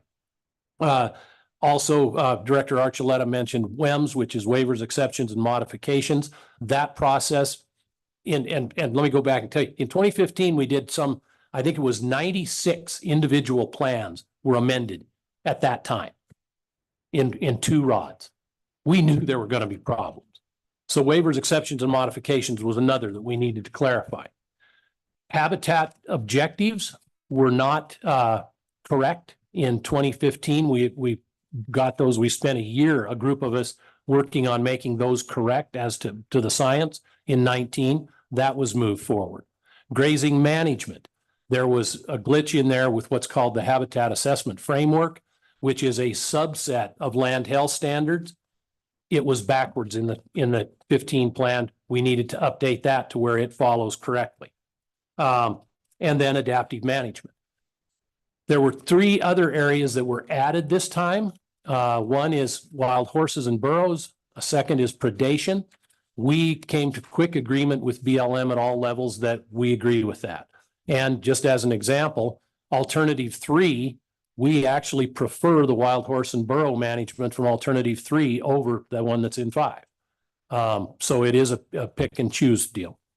The third was ACECs, and the governor has made it quite clear he will not support ACECs, period. We have a quarter of our state is in core areas for sage grouse with very specific restrictions on development. And we don't need any more designations or restrictions than what we have. So that will not be something that the governor is going to support. That said, we are now at a point where I think we've come to agreement. I'm trying to think of what the proper term for that, agreement in principle on all of those areas, including potentially adaptive management.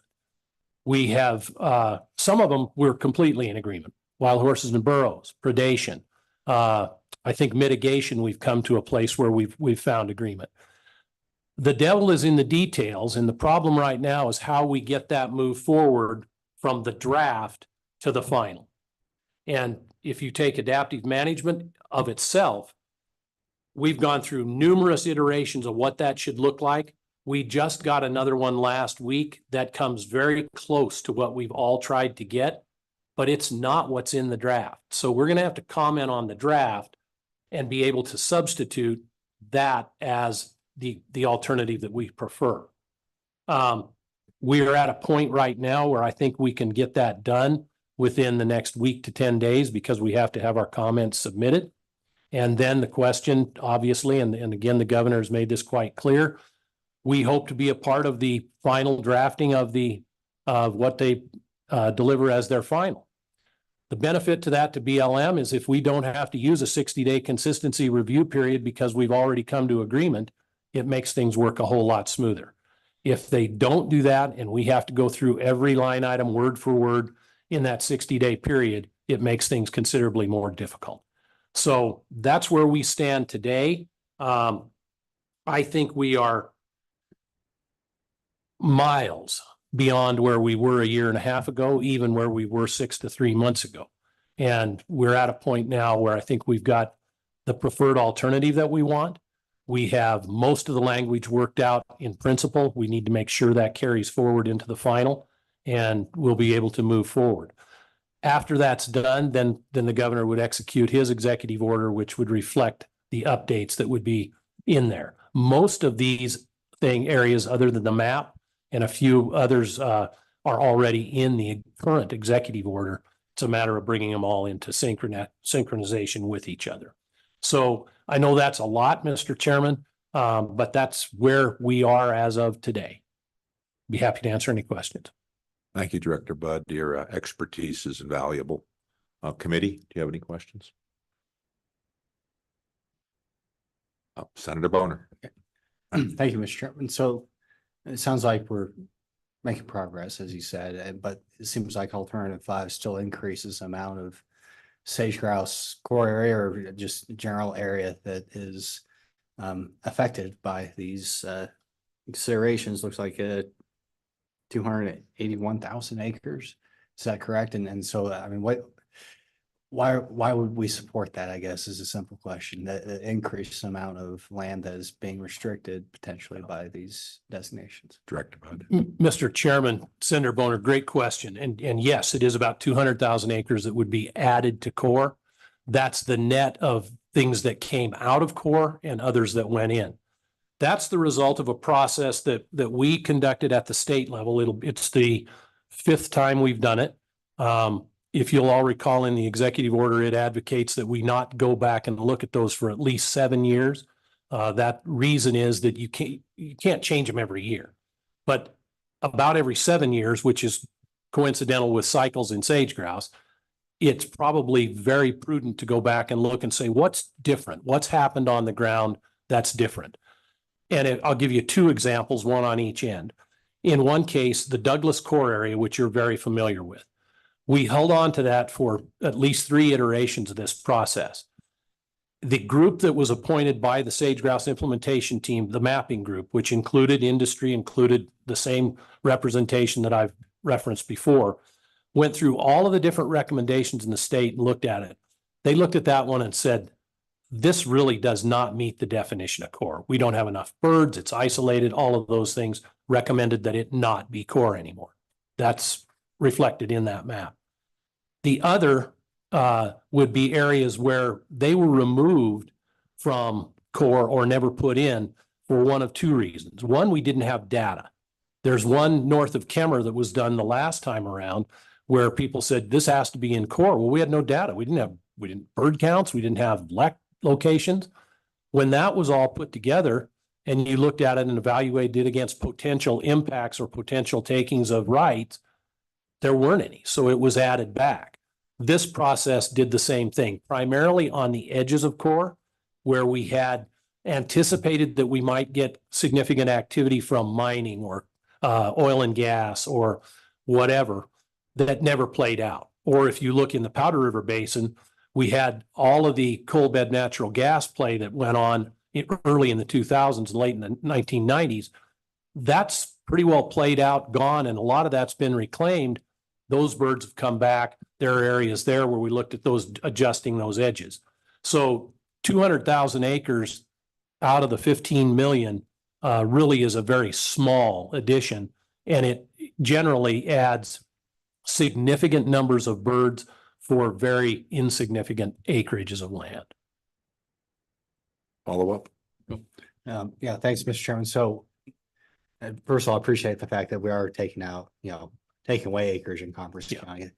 Just as a Commerce County legislator, I think that's a good thing. But so just to make sure I understand the process, if we say with alternative two, would we still have the ability to take acreage away, add it?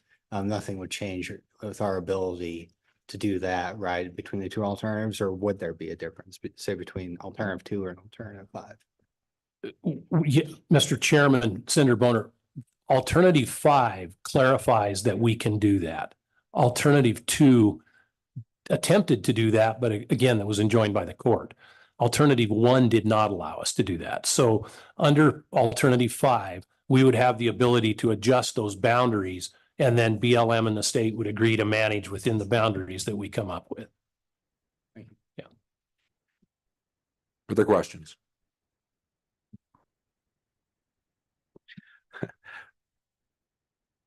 Representative Heiner? I know you're Co-chair? just speechless that I I have a am. question. I was shocked. It's all right. Thank you, Mr. Chairman. Mr. Budd, appreciate your knowledge, and having an expert like you to testify is just enlightening for us to have that wealth of knowledge of all of the years you've spent on this. As I studied this a little bit, with alternative 5, it's forecasting loss of up to 2,000 jobs because of further restrictions on mineral extraction as we expand this program that we have today. And it seems to be heavy on preventing encroachment from industry to protect the birds, rather than protecting habitat with invasive species or wildfires. We're focusing on industry as the cause of the declining numbers, rather than managing the habitat, with invasive species and the wildfires and all the other things that are going on. So, Mr. Budd, could you address that a little bit of why we have potential of losing so many jobs when maybe we need to go and protect the habitat a little bit as it is from all these other things? Mr. Chairman, Mr. Co-Chairman, and thank you for asking a question. If you hadn't asked me a question, my feelings would have been greatly hurt. I'd have been the only one, I think. So you're absolutely correct. There are parts in the plan that talk about invasive species, about ramping up those efforts. Most of those are carrying forward from the 2015 plan. So they're in alternative 1. They automatically move over. So you don't pick them up in the narrative when you look at 5. And that's very confusing in federal planning, I will tell you. You have to go look at, this one comes over, this one moves over, and you'll see a lot of them that say same as 1, same as 2. And then you'll see the changes that are in 5. The reason that you look at the industrial activity and other things is that under the Endangered Species Act, you have to be able to show that you have a regulatory mechanism to address potential impacts. There is no regulatory mechanism for cheatgrass. There is no regulatory mechanism for wildfire. There are preventive measures, which we are engaging. And as you know, the legislature granted $9 million this year specific for cheatgrass and invasive annuals, which we're in the process of getting on the ground right now. That's the distinction of why those are there. As far as the economic analysis, I'm probably going to punt that to Mr. Riemann. That is one that the commissioners as cooperating agencies have flagged that those analyses are probably inadequate. In fact, it may be worse.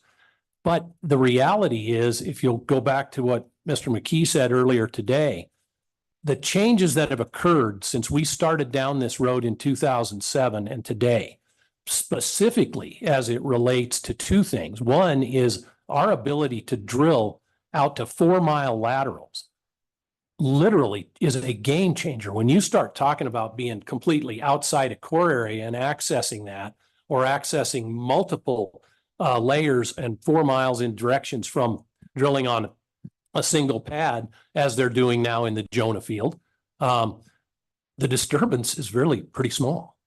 So that assumption, I think, if you look at the 2,000 jobs and you look at some of those, I'm willing to bet those are based on traditional vertical wells, spaced at probably 40 or 80. I don't know. I'd have to look at it.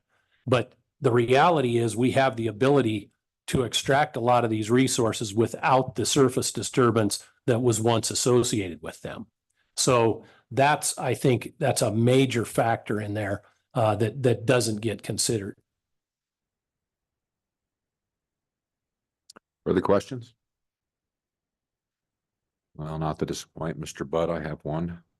In your opinion, and I wish you were there with the Rock Springs RMP at this point after listening to you talk about the sage grouse plans, is alternative 5 our best bet to move something forward and to work with this and, as our position goes? Mr. Chairman, yes. Thank you, sir, for your opinion, and thank you for your expertise once again. Yeah. I think you're a valuable asset to the state of Wyoming that, frankly, I didn't know. I'll be calling you the Birdman from now on. But Thank you. thank you for your testimony. Next, I call up Jeremiah Ryman with the Executive Director of the Wyoming County Commissioner Association. And if you want to bring a friend, Jeremiah, you're more than welcome to. This friend idea works out well, let me tell you. Mr. Chairman, again, Jeremiah Riemann here on behalf of the Wyoming County Commissioners Association. I do bring a friend because he's represented counties for a number of years through the sage grouse implementation team. And so he certainly has a bit of something to say in this space. Mr. Chairman, I'll start off again with just an overview of where we're at in the process more globally with all the counties. And of course, Commissioner Espy can provide more on the ground perspective.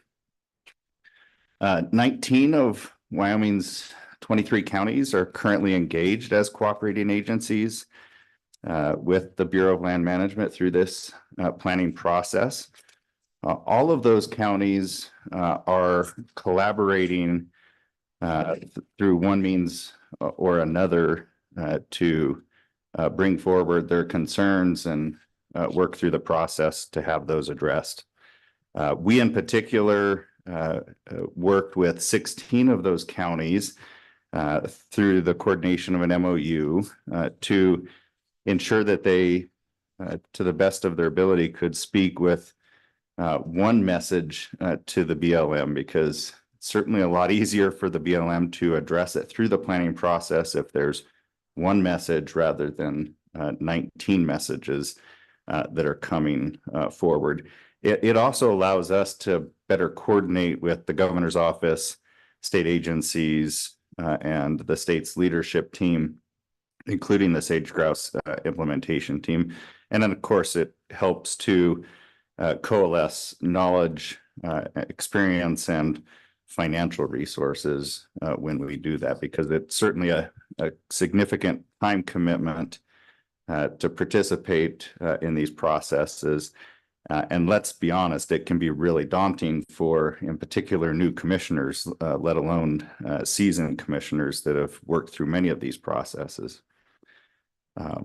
We, through that collaborative, ensured that the commissioners were hearing directly from members of the sage grouse implementation team and those various other partners that I've mentioned. We had education and strategy conversations and ensured that we heard from experts from the oil and gas industry or state agencies like the Oil and Gas Conservation Commission, Department of Agriculture, and those that are in the know about mitigation credits and how that whole market works. Again, these are not things that commissioners generally know as a course of their daily business, so it's important that we bring that forward. And I will say there are kind of three areas that we've really focused in on that we're asking the Bureau of Land Management to address through this planning process. Of course, consideration of the cumulative impacts of their decisions on state and private lands.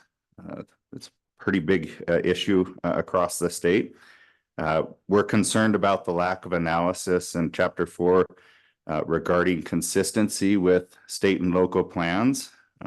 We didn't just find that a concern here. We found it a concern in the Rock Springs RMP and expended considerable efforts to really break apart the plans and identify issues and give the BLM spreadsheet so that they could see exactly where we had found those inconsistencies or the lack of analysis. And maybe to the question that was punted to me, I felt like I was back in my sage grouse days where Bob would often punt to me on the difficult questions. But our third issue is the underlying assumptions and variables used in the reasonable foreseeable development for the alternatives, which serves as the basis for that socioeconomic analysis that generates the figures that you see in terms of the potential lost jobs. So we're bringing that forward as one of our major areas of concern. I'll just say one thing, though. Mr. Budd did talk about addressing cheatgrass, and quite frankly, when you address cheatgrass, you provide more opportunity for oil and gas development and other activities to happen there because you've removed disturbance out of the calculations that can exist that might otherwise prevent development. So your investment in that space will have meaningful and lasting impacts for our industry in the state. With that, we're very committed to working with our state and federal partners in this and other resource management plans, and really committed to the notion that Wyoming's leadership and sovereignty in management over the greater sage grouse should continue now and into the future. With that, Mr. Chairman, I would like, to the extent he would like to say anything, Commissioner Espy to address you. Thank you, Jeremiah. Committee, do you have any questions for Jeremiah? Seeing none, Mr. Espy? Thank you, Mr. Chairman. John Espy, Carbon County Commissioner, member of the South Central Sage Grouse Working Group, member of CIGIT. Got onto those positions because that's what happens when you jump up and down and scream about the government trying to take property rights. And so they just put you on a committee. Long and short of it there. And I've kind of, as I progressed through this, when I first started with the core area concept and doing all that, I was very vocal against it. I've come to, it was kind of like taking a very big bolus, but to work with the state to get the federal or the legislate or regulatory mechanisms in place so that I can still continue to ranch. I have a CCAA, a CCA on my grazing permits. I'll do to what the state of Wyoming's done, and those have been extended to other people. It's, the CIGIT and what we do, other states look to us, and a lot of them haven't done anything because we are doing so much and they're trying to play catch up. That's something I am seeing on the side. The other thing going back to, talking with one voice through the Sage Grouse Plan Amendment, fewer and fewer commissioners as they're coming on board have never had any touch with a NEPA document before they step into the elected office. They've never commented on anything in their personal life, professional life, or anything. It's Greek to them. And along those lines, in cooperation with the state, we are now hosting NEPA trainings for commissioners. This kind of really brought this to effect, but I'd stand for any questions. Thank you, Commissioner Espy. Any questions for Commissioner Espy? Seeing none, thank you. Thank you for your testimony.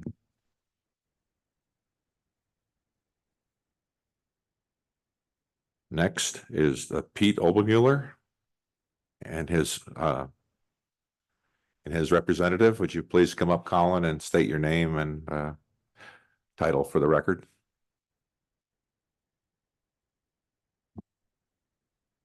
All right.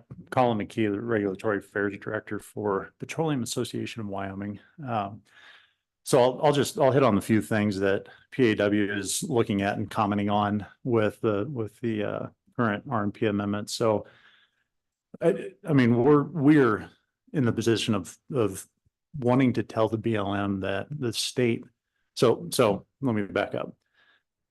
The Federal Land Policy and Management Act and NEPA have requirements to the extent possible the federal government can to cooperate and be consistent with state policies and plans.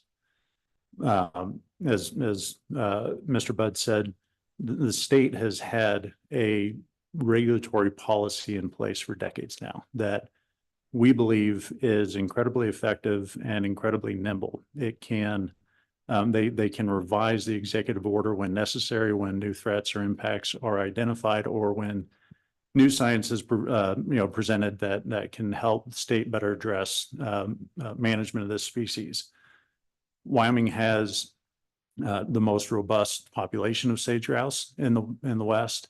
And if you look at the let count data from Game and Fish for the last 3 decades, it appears that the population in Wyoming has been stable, and the nadars or the troughs are not getting lower each time. So, I mean, it appears as if the population in Wyoming is doing pretty well. So the state has a good process in place. Our populations are doing well. It seems like there is no better example of when these provisions were written in FLTMA or NEPA for consistency and coordination than what's being represented in Wyoming. And so we're trying our best to make the case to the BLM that in that state specific record of decision, to the extent they can, they should align with what the state of Wyoming is doing. I'll hit the 3 primary areas that PAW is addressing in our comments. We submitted comments on the ACECs about a month ago.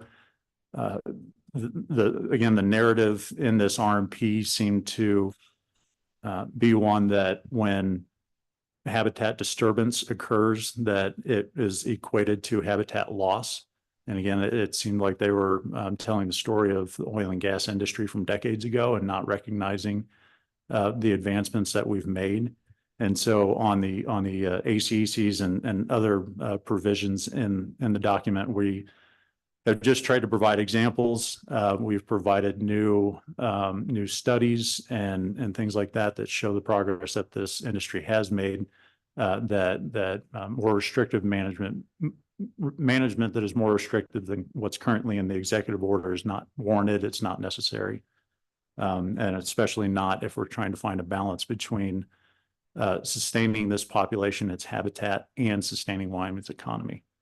So the ACEC's adaptive management is the big flaw in this document, and it is both the model that the BLM is proposing to use to identify population triggers, and it's not necessarily their use of the model, but it's their constraint of only allowing use of that model and not allowing the state to go through the process that they have before to use actual data that's collected every year and identify when there are soft or hard triggers. So we have concerns about the model. The BLM proposes that, if a trigger is identified through the model, that the state then have 60 days to refute that or to review it and give their opinion. That puts the state in the backseat of managing this species, which it should not be. So we've got fairly extensive comments on the model, but then it's the actual process once triggers are identified, what the BLM is proposing that we're concerned with. And it's kind of a predetermined outcome that at almost every point in the adaptive management process, the BLM wants to defer to authorizing no new activities in the area experience a trigger until the trigger is identified and until the population or the habitat is back to the state that it was before the initiation of the population or habitat trigger. So it the state process right now, if a trigger is identified, starts at a local level, data and information is collected, goes to a state and federal committee to review, determine if causal factors can be identified, and if they can, make recommendations on what those parties could do to reverse that trigger. Whereas again, the BLM just defaults to this: we're not going to authorize any new activities, and so that creates a lot of opportunities that can be detrimental for our industry and others. The compensatory, the last one, the compensatory mitigation provisions in there.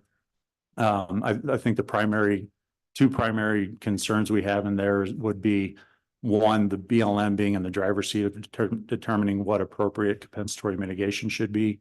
Again, we think the state is, and Game and Fish is the entity with jurisdiction and expertise on this species, and should be the one determining what kind of mitigation should occur.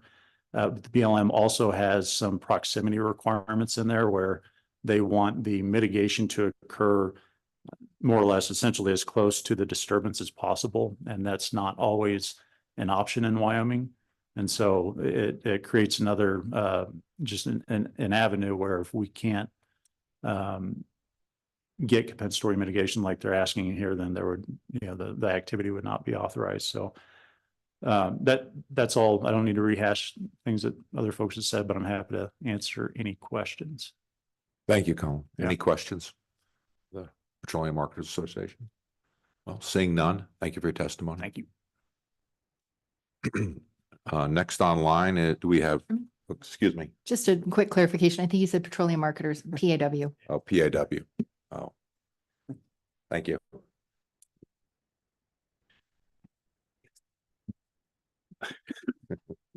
It's fuel.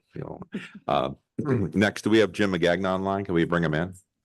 Okay. Oh, good afternoon, Mr. Magagna. Would you please proceed with your testimony? Good afternoon, And Mr. your name. Chairman. I apologize for not being with you in my hometown. Today, I'm trying to be a good citizen of Douglas, Wyoming, in Senator Boner's absence. Am I repeating myself when I speak to you? No, we can hear you. Continue. Okay, fine. Thank you very much. And I submitted several comments to you in advance of all of those items. The one that continues to be a major concern was discussed by Director Archuleta and others today, raised by Representative Heiner, and that is the failure to do a specific plan for the state of Wyoming. That's what we had under 2019. That works well, we believe, and respects the interests and the expertise of the state. And under a single plan for the West, even with individual records of decision, we believe that makes Wyoming subject to our efforts being challenged under that plan, just because other states may not be living up to the requirements of that plan. It exposes us to that broader outcome instead of letting us as a state, through our management, control our destiny. So we would urge that BLM go back to individual plans.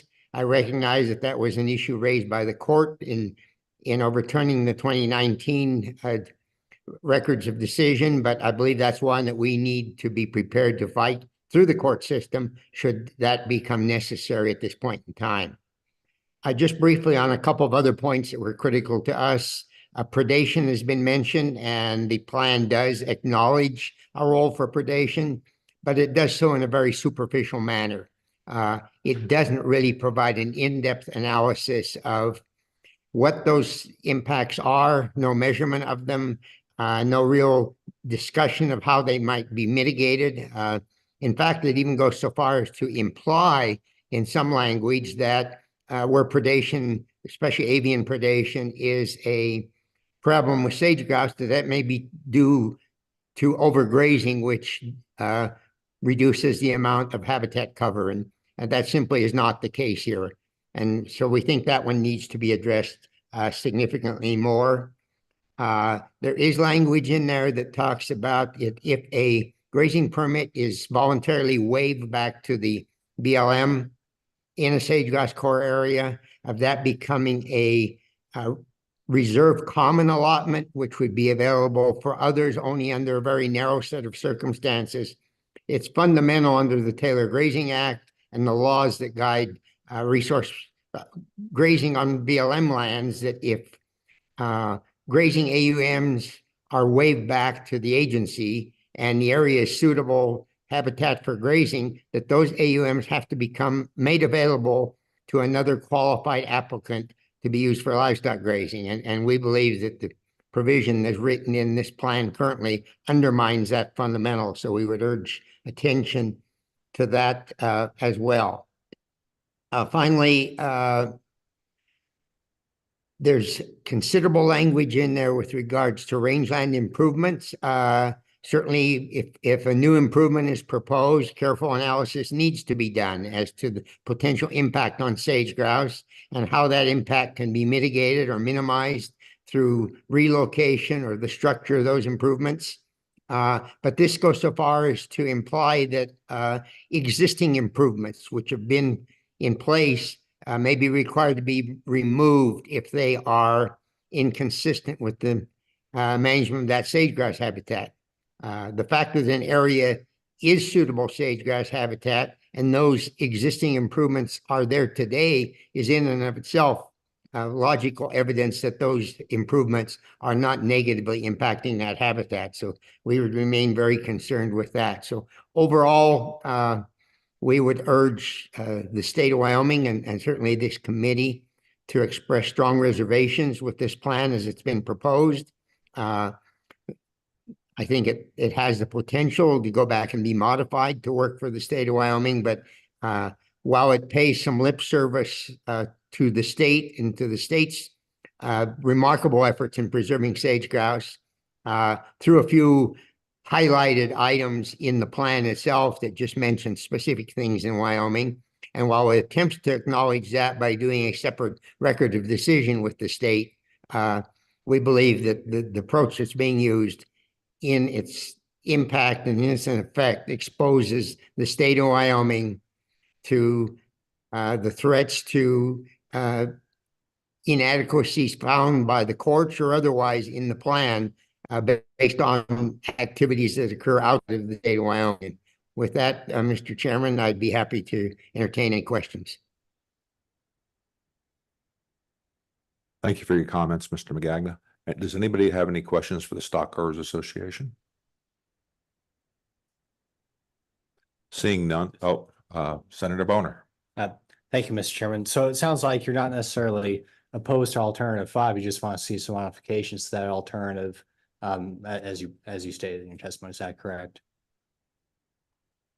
Mr. Chairman, Senator Boner, there are a lot of things in alternative 5 that are generally acceptable to the ranching community.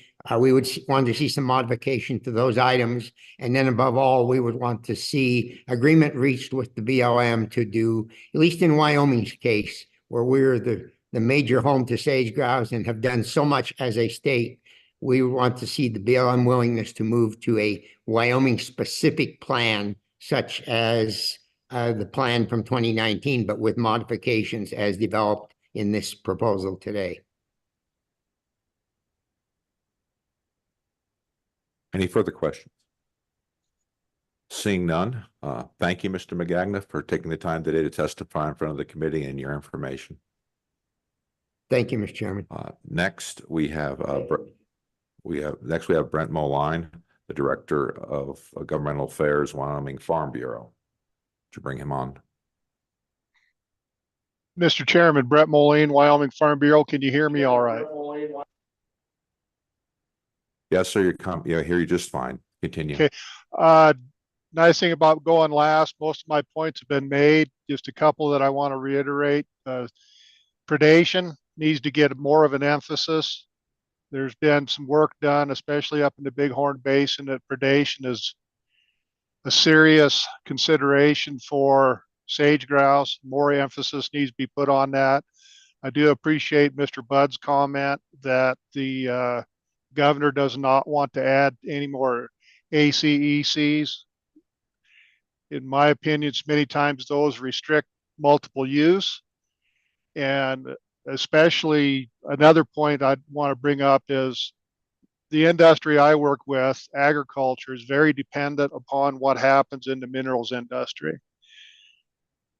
If they're restricted on drilling, the fewer opportunities we have for having an abundant, affordable supply of fuels, which are paramount to my industry.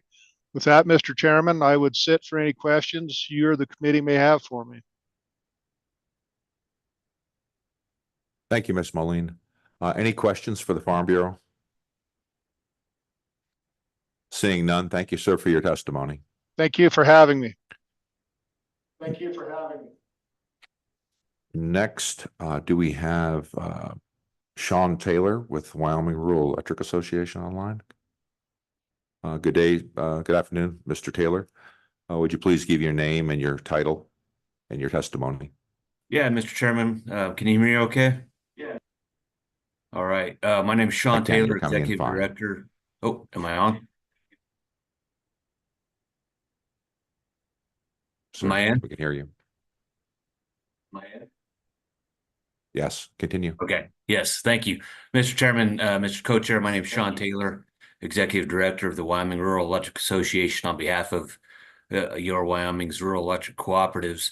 I won't take up too much time. I'd like to just echo the comments of Mr. Moline, Mr. Magagna, and like Co-Chair Heiner, I have not read the entire plan, but I kind of have a feel for it. I do appreciate Director Budd's comments and his somewhat level of comfort with the preferred alternative, but would agree that there's additional changes that need to be made. I bring to you you've heard from some industries. Our main concern obviously is getting power to some of these industries, the oil and gas, the mining, the ranches and the farms at the end of the line, and the potential impact that the preferred alternative could have on our right-of-ways, either existing or future acquisition of right-of-ways to bring distribution of power to the rural communities. And so I would leave it at that for the most part. That I think we're maybe on the right path, but I believe the state may be giving up some control unwillingly under the preferred alternative. And I would hope that we could make the appropriate changes to put Wyoming back in the driver's seat. I think the model that we had in 2019, as Director Budd said, was a model for several other Western states and Western legislators to adopt. I was with Director Budd in Montana when he spoke to my counterparts with the Rural Electric Association of Montana, and they pretty much adopted a similar plan based on what we had done in Wyoming, and I hope that we could continue that further. The only additional thing I would share with you all, I'm going to share my screen. This is a slide that I've shared with your counterparts in the corporations and minerals committee. And this is kind of an overarching theme that we've been dealing with. All these federal rules and regulations coming down from the alphabet soup of DC bureaucracies, from the EPA. Obviously, the Clean Air Act, Section 111 is a huge one for the state of Wyoming and for us as cooperatives. The BLM you talked about earlier, or I'm sorry, the Forest Service, and I appreciate Co-Chair Heiner asking about the old growth timber rules, because that's going to impact how we manage our rights of ways and vegetation management. But this is kind of just it's supposed to be a little bit overwhelming because all of these actions being taken by federal agencies that impact Wyoming and impact the cooperatives and impact our ability to meet our collective mission of empowering communities by providing affordable and reliable energy. All of this is making it harder. It's it's adding time, it's adding expenses to what we are charged with doing and what we were created to do and provide reliable, affordable energy to rural Wyoming. It's just a, you know, we call it the train wreck slide. And you can see from this slide, everything that we're dealing with, and you've dealt with two of them, or you've talked about two of them today. And that's, you know, old growth, forest management, wildfire management, and then the sage grouse issue. And in our minds, it just complicates matters and adds time and adds money to what we try and do in the terms of providing affordable and reliable power to the rural folks in Wyoming. So, like I said, I would echo the comments of Mr. Magagna and Mr. Moline in terms of the sage grouse management.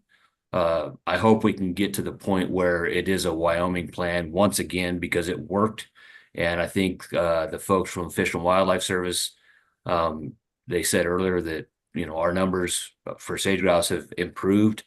So it's kind of, you know, if it ain't broke, don't fix it. And I think that's what we're trying to avoid is overcorrecting what's already working. So with that, Mr. Chairman, I appreciate, I don't like Zoom testimony. I'd rather be there in person, but it sure is handy when I'm sitting in a hotel room in Kentucky. So I appreciate you letting me have some time today, and happy to answer any questions. Thank you, Mr. Taylor, for your testimony. Committee, is there any questions for Mr. Taylor? Seeing none, thank you for your testimony, sir. Have a good day. You too. Next, just to check as we're online with Zoom, is Megan Riley online? No? Okay. And I apologize to the audience if there's anybody who wanted to testify. I usually take people that showed up to the meeting first before Zoom, but the order got a little screwed up. Is there anybody in the audience that would like to come up and testify about this topic? Seeing none, the public comment is closed. Committee, do you have any questions or any comments about the sage grouse mitigation plan? Okay, we'll move on to the next topic. The Wyoming County Commissioners Association update. We'll do that. Oh. Yeah. Under Okay. committee directors. Cool. Yeah.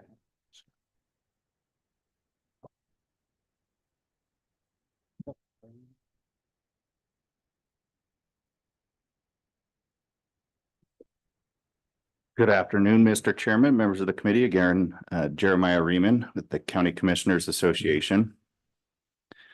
I'm just handing out a copy of our yearbook for the past couple of years of our congressional tour, and I'll get into that. I apologize that I don't have a whole lot of hard copies for anybody else that might like that document. I'm happy to send it electronically. I'm literally giving you the last of the stock that we have available in the office. Mr. Chairman, I appreciate you giving us just a few minutes to update you on some things that we've been up to. Earlier today, I referenced the fact that we're executing on the additional funding that you've provided for us to hire staff, and I will get you a copy of that job announcement in case you know anybody that might be interested in it. I think we've got a great association and a place that somebody might like to work. You heard Commissioner Espy reference to NEPA training that we are offering.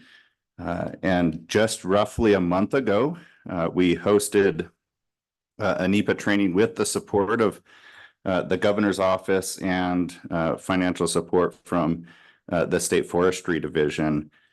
With that particular training, we pulled together 50 local, state, and federal representatives to Saratoga, where we spent 2 days learning together in a classroom, and it was really a collaborative effort. And I think that doing that as partners, as we're going into some even bigger planning processes beyond what we've been facing more recently, is going to be incredibly productive. And I appreciate the federal agencies that sent representatives. I know Director Archuleta and his staff were there.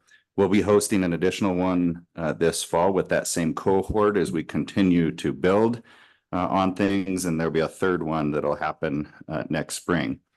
But Mr. Chairman, what I wanted to do with the bulk of my time is just give you an update on what we're doing with our congressional tour initiative.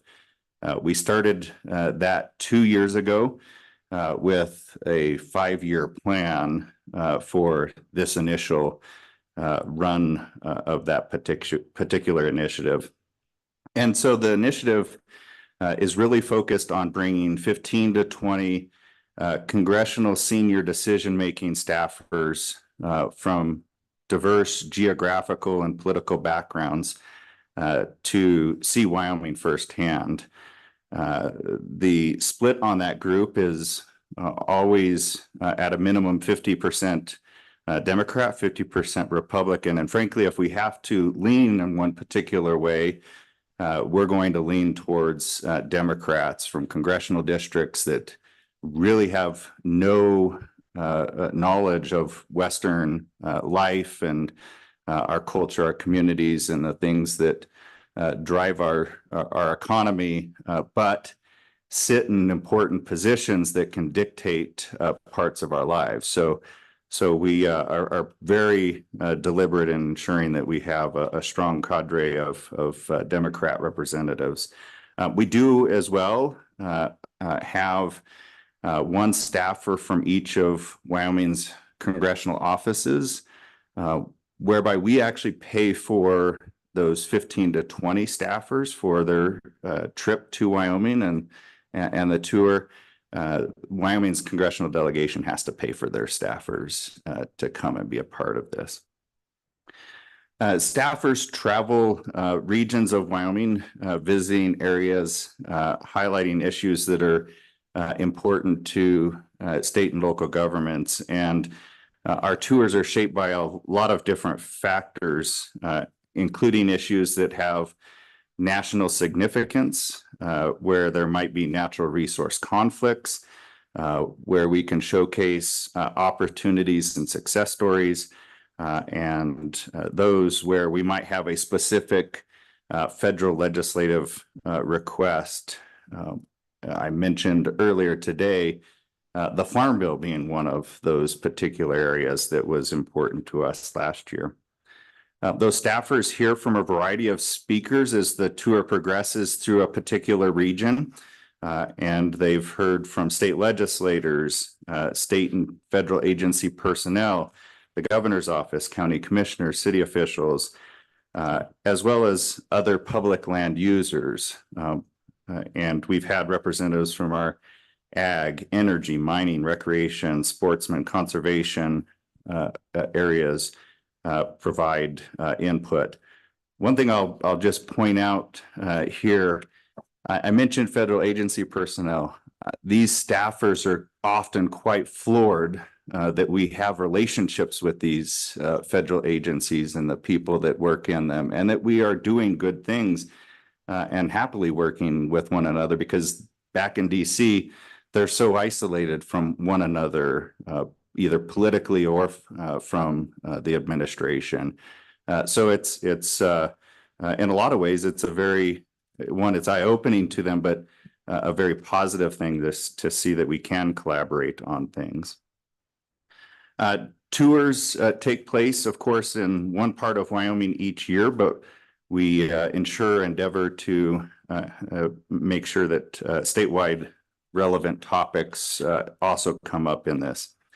The agendas are developed by the counties that are hosting for that particular year with input from their partners. And our tours generally highlight things like responsible and efficient development of federal minerals, proper siting of renewable energy, the importance of public land grazing and agricultural operations, and maintaining wildlife habitat on public and private lands, the impact of federal regulations and policies as those relate to local governments and our economies, We also highlight recreational opportunities, active forest management, and the impact of wildfires, and state and local management of wildlife and migration corridors. If anybody thinks this is a political junket, it's anything but. We have these people up at the crack of dawn, and we don't let go of them until they go to bed, because we only have 4 days with them in the state, and we want to make sure that we maximize things. I've given you copies of the yearbook, which I'll touch on here briefly. I'm going to hand you a copy of the tours for the past 2 years, so you can look through the agendas that we had for those particular years.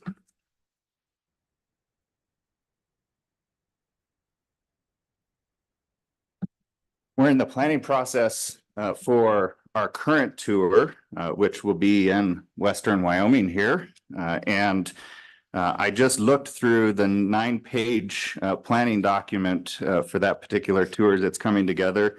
And just some of the highlights for that tour include oil and gas development, ag, timber, transportation issues, I-80, as well as public transportation, wildlife management, power production, mining, water development, historic trails, outdoor recreation, and fire are just some of the things that are happening.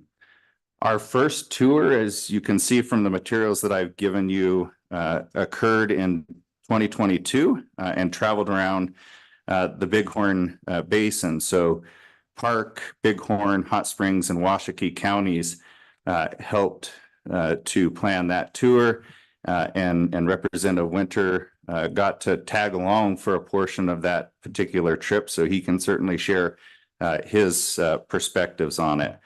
Last year, the tour visited the Southeast, so Niobrara, Platte, Goshen, Albany, and Laramie counties.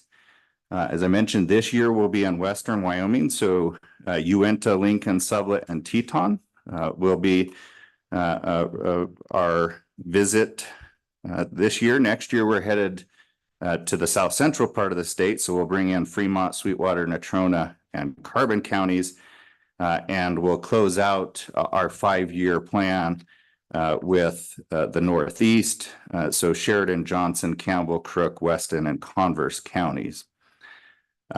As just a little bit of additional background, counties contribute $25,000 of their own money each year. That's matched with $25,000 from the FNRPA account.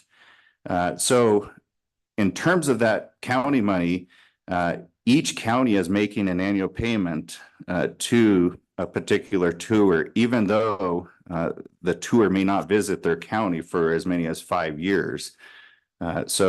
I mentioned Niobrara County. We visited there last year. They're going to pay their portion of this year's tour, despite the fact they won't see the trip again until 2028. All the counties are really committed to this. We do conduct some private fundraising. However, I should mention that congressional ethics rules limit such collections and expenditures, so we have to be really careful with how we do that. So the bulk of the money, of course, is state and local. If you're interested in participating in this year's tour, and I'm making that offer to the members of the committee, our tour will occur August 4th through 8th, starting in Uinta County. We'll bring them in through Salt Lake City and our tour in Teton County. As I mentioned, Representative Winter did attend previously, so I think he had a very positive perspective of that. Our efforts don't just conclude with what we do here in the state of Wyoming. One of the things that I gave you, of course, is what we are calling our yearbook. That's to ensure that these staffers have some sort of resource that they can look back on, one as perhaps a positive time to their visit here, but also the contact information, the resources. We compile all that online, so you'll see a number of QR codes that link to that information that we've posted for them. We also host what we call our reunion, which happens annually in DC. So not only are we asking them to come here, we're going to them. And we do that during our National Association's legislative conference, and we'll continue to invite all of those staffers year after year, along with our congressional delegation, so that we can continue to build on the relationships that we have. What I will say is that this sort of effort is focused on the long term. We don't expect to have immediate wins in every situation, but it's a worthwhile investment in the long term. But I will say 2 years in, we've been invited to provide congressional testimony on several occasions already. I've sent members, county commissioners back. I've gone back myself to testify. And that hasn't just been from Republican committee members. It's been from Democrat members as well. And that's perhaps the biggest win that we have here.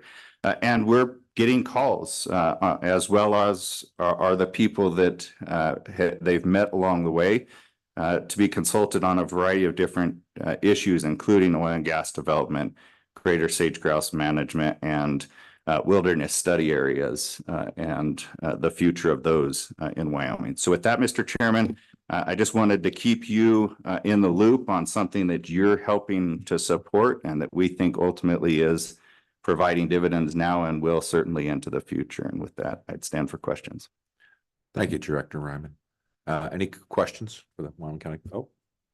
Representative Winters. Yes, thank you, Mr. Chairman. I just wanted to piggyback on what Director Raymond has been talking about here. The County Commissioner Association has brought this thing to a level that I had no idea would occur. I went on that tour for 2 or 3 days off and on, and I took my wife one time, and it was what really impressed me, I guess, as Director Riemann has indicated, was the fact that most of these people coming out here from DC did not know each other. And they kind of stood back and took them a day or so, but pretty quick they're working together and talking and joking, and that really showed up at the last meeting we had up at Sleeping Giant. It was just like an old home week for them. And through this process, you've probably heard about the wilderness study areas that our congressional delegation is working on right now, that bill. But that really started with the commissioners, Commissioner Association. And we've had some concerns with that, I guess, from the congressional delegation or to the congressional delegation. But I have tried to express to Barrasso and these people that we need this. The one was the wilderness study area. There were several of those that were not going to even be wilderness areas. They had been determined not to be. And so they were still being managed as wilderness areas. And so with the director of the association's help, this has kind of come to a head, and the congressional delegation is now trying to get rid of these wilderness study areas and put them back to management, multiple use management, which is really good for the state of Wyoming. So I just can't say enough good about this whole program they have set up. And I'm really glad to hear they're going to continue to use it for years to come, because it really makes a difference in how the people in DC perceive states like Wyoming. So hopefully that helps. Further questions? Senator Ellis. Thank you, Mr. Chairman. I know we're running at the end of our day, but I love this too. And I think this will matter, and every year that it happens matters. do you have difficulty? Maybe talk a little bit about how you recruit some of these members. I just worry that, you know, I did jobs like this when I was young in my career, and I can only imagine someone saying, come to Minnesota for 2 weeks or 4 days. And I'd say, I don't know, what am I going to do there? So I just wonder what that looks like for some of these members. No offense, Minnesota. I'm sure I'd love you if I spent time there, but how do you attract people to want to come to Wyoming? Yeah, it's a great question. I'm glad you asked it, Mr. Chairman, Senator Ellis. It actually has turned out to be quite an easy process for us. One of the things we did early on is hired a contractor for that particular part of this process. And so Jen Johnson, who herself is a Wyoming native who's been in DC for quite a number of years, is on contract with us year after year. And we go about building out the themes for a particular tour that we're going to go on. So I mentioned the 9-page document. Once we have a sense of what the themes are going to be, the issues we're going to focus in on for that particular tour, she then begins to target the individuals that we want to come here to match them up to those issues. So I mentioned last year's tour and being at LACO and looking at a Good Neighbor Authority project, knowing that the Farm Bill was on the table. She then targeted representatives from both sides of that particular issue. Again, senior decision-making staff to bring them out here. So that's really how it works. We get the themes. She then goes to work. So she's actually making the final invitations right now for this upcoming tour. We're beginning to make their plane reservations to get out here. And then we go about that. I will say it's become easier too as we go, as the staffers hear about, one, the amount of content and the quality of the content that they're getting out here. That's attracted others to come forward and say, hey, can I do that? This year's tour also provides another little bit of an opportunity, and the fact that the Congressional Western Caucus has a trip into Wyoming immediately after our trip. So that's allowed us to target some of those individuals before they come into the state. And I'll just close by saying one of our other attractors is we always try and start or end the trip in a place where we think that they might want to spend additional time. So very deliberate that we're ending in Teton County this year so that they can extend their trips with their families into Grand Teton and Yellowstone. The first year when we did that with the Bighorn Basin tour, we ended up at Pahaskat Teepee, and that was again deliberate to get them close to the park and to allow them to go there. Co-Chair Heiner. Thank you, Mr. Chairman.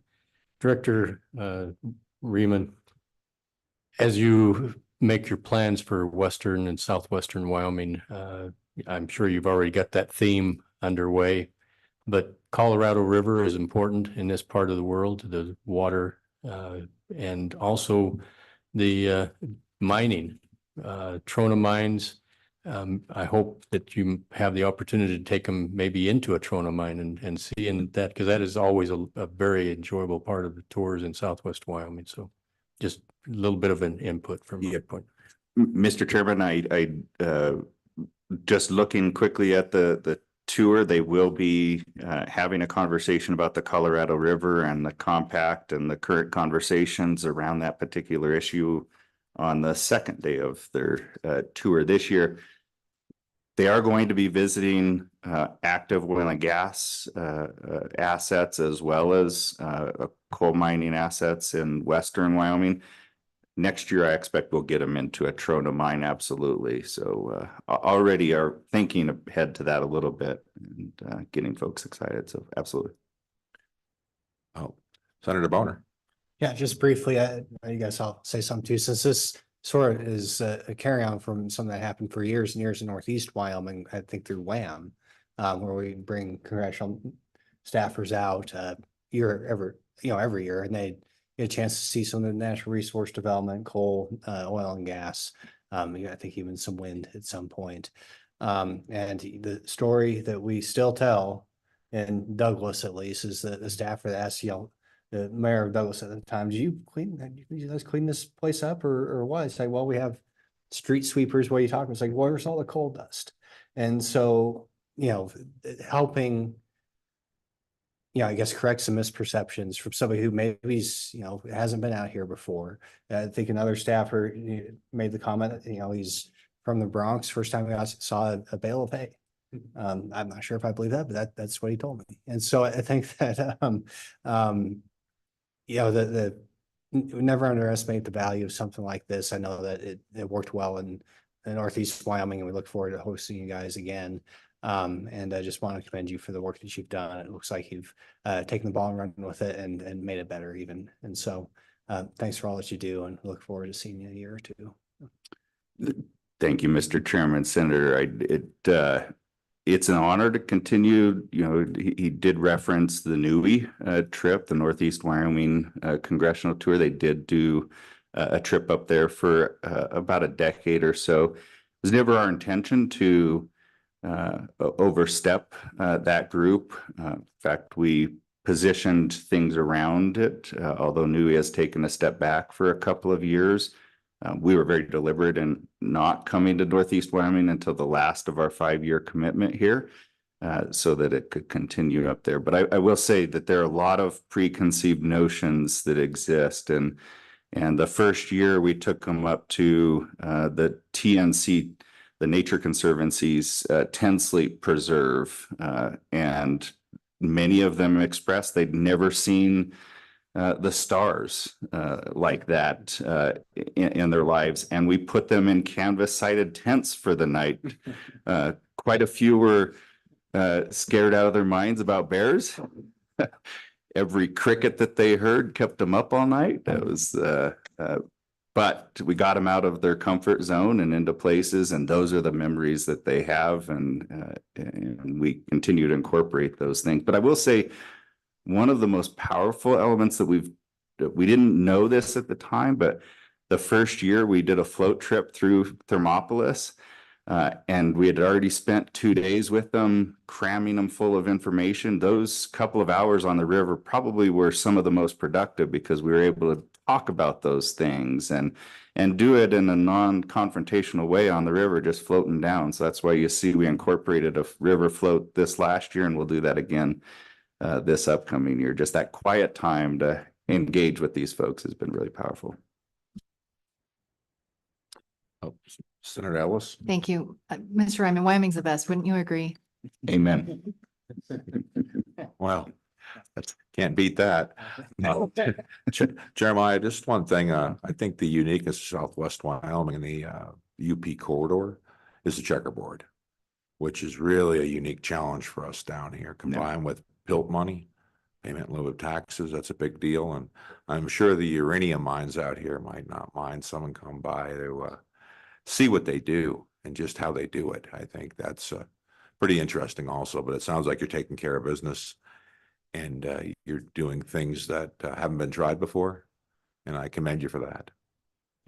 Thank you for your update. And I guess if there's no more comments from the committee, thank you. That'll conclude the testimony for this subject. Thank you, sir.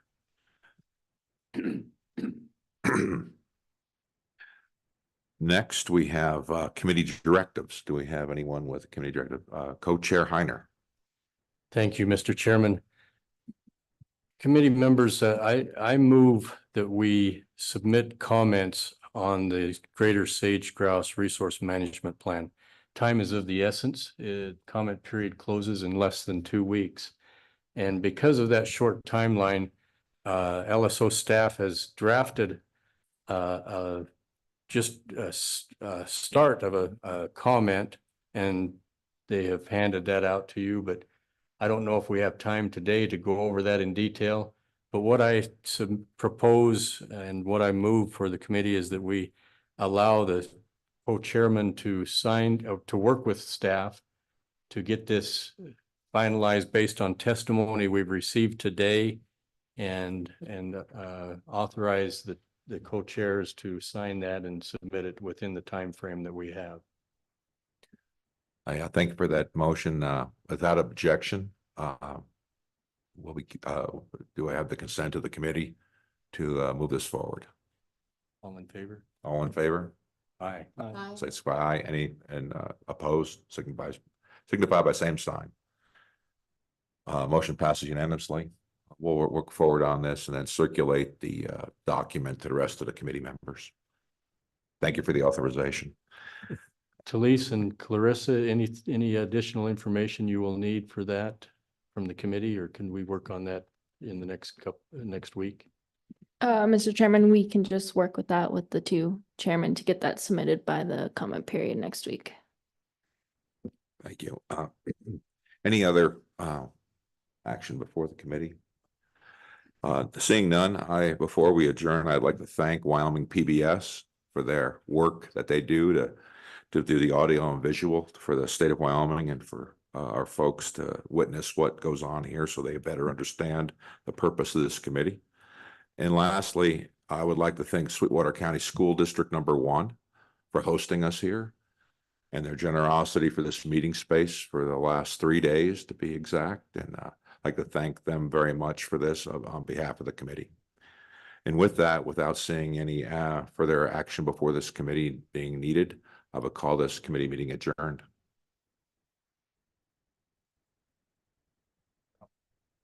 You're born leader.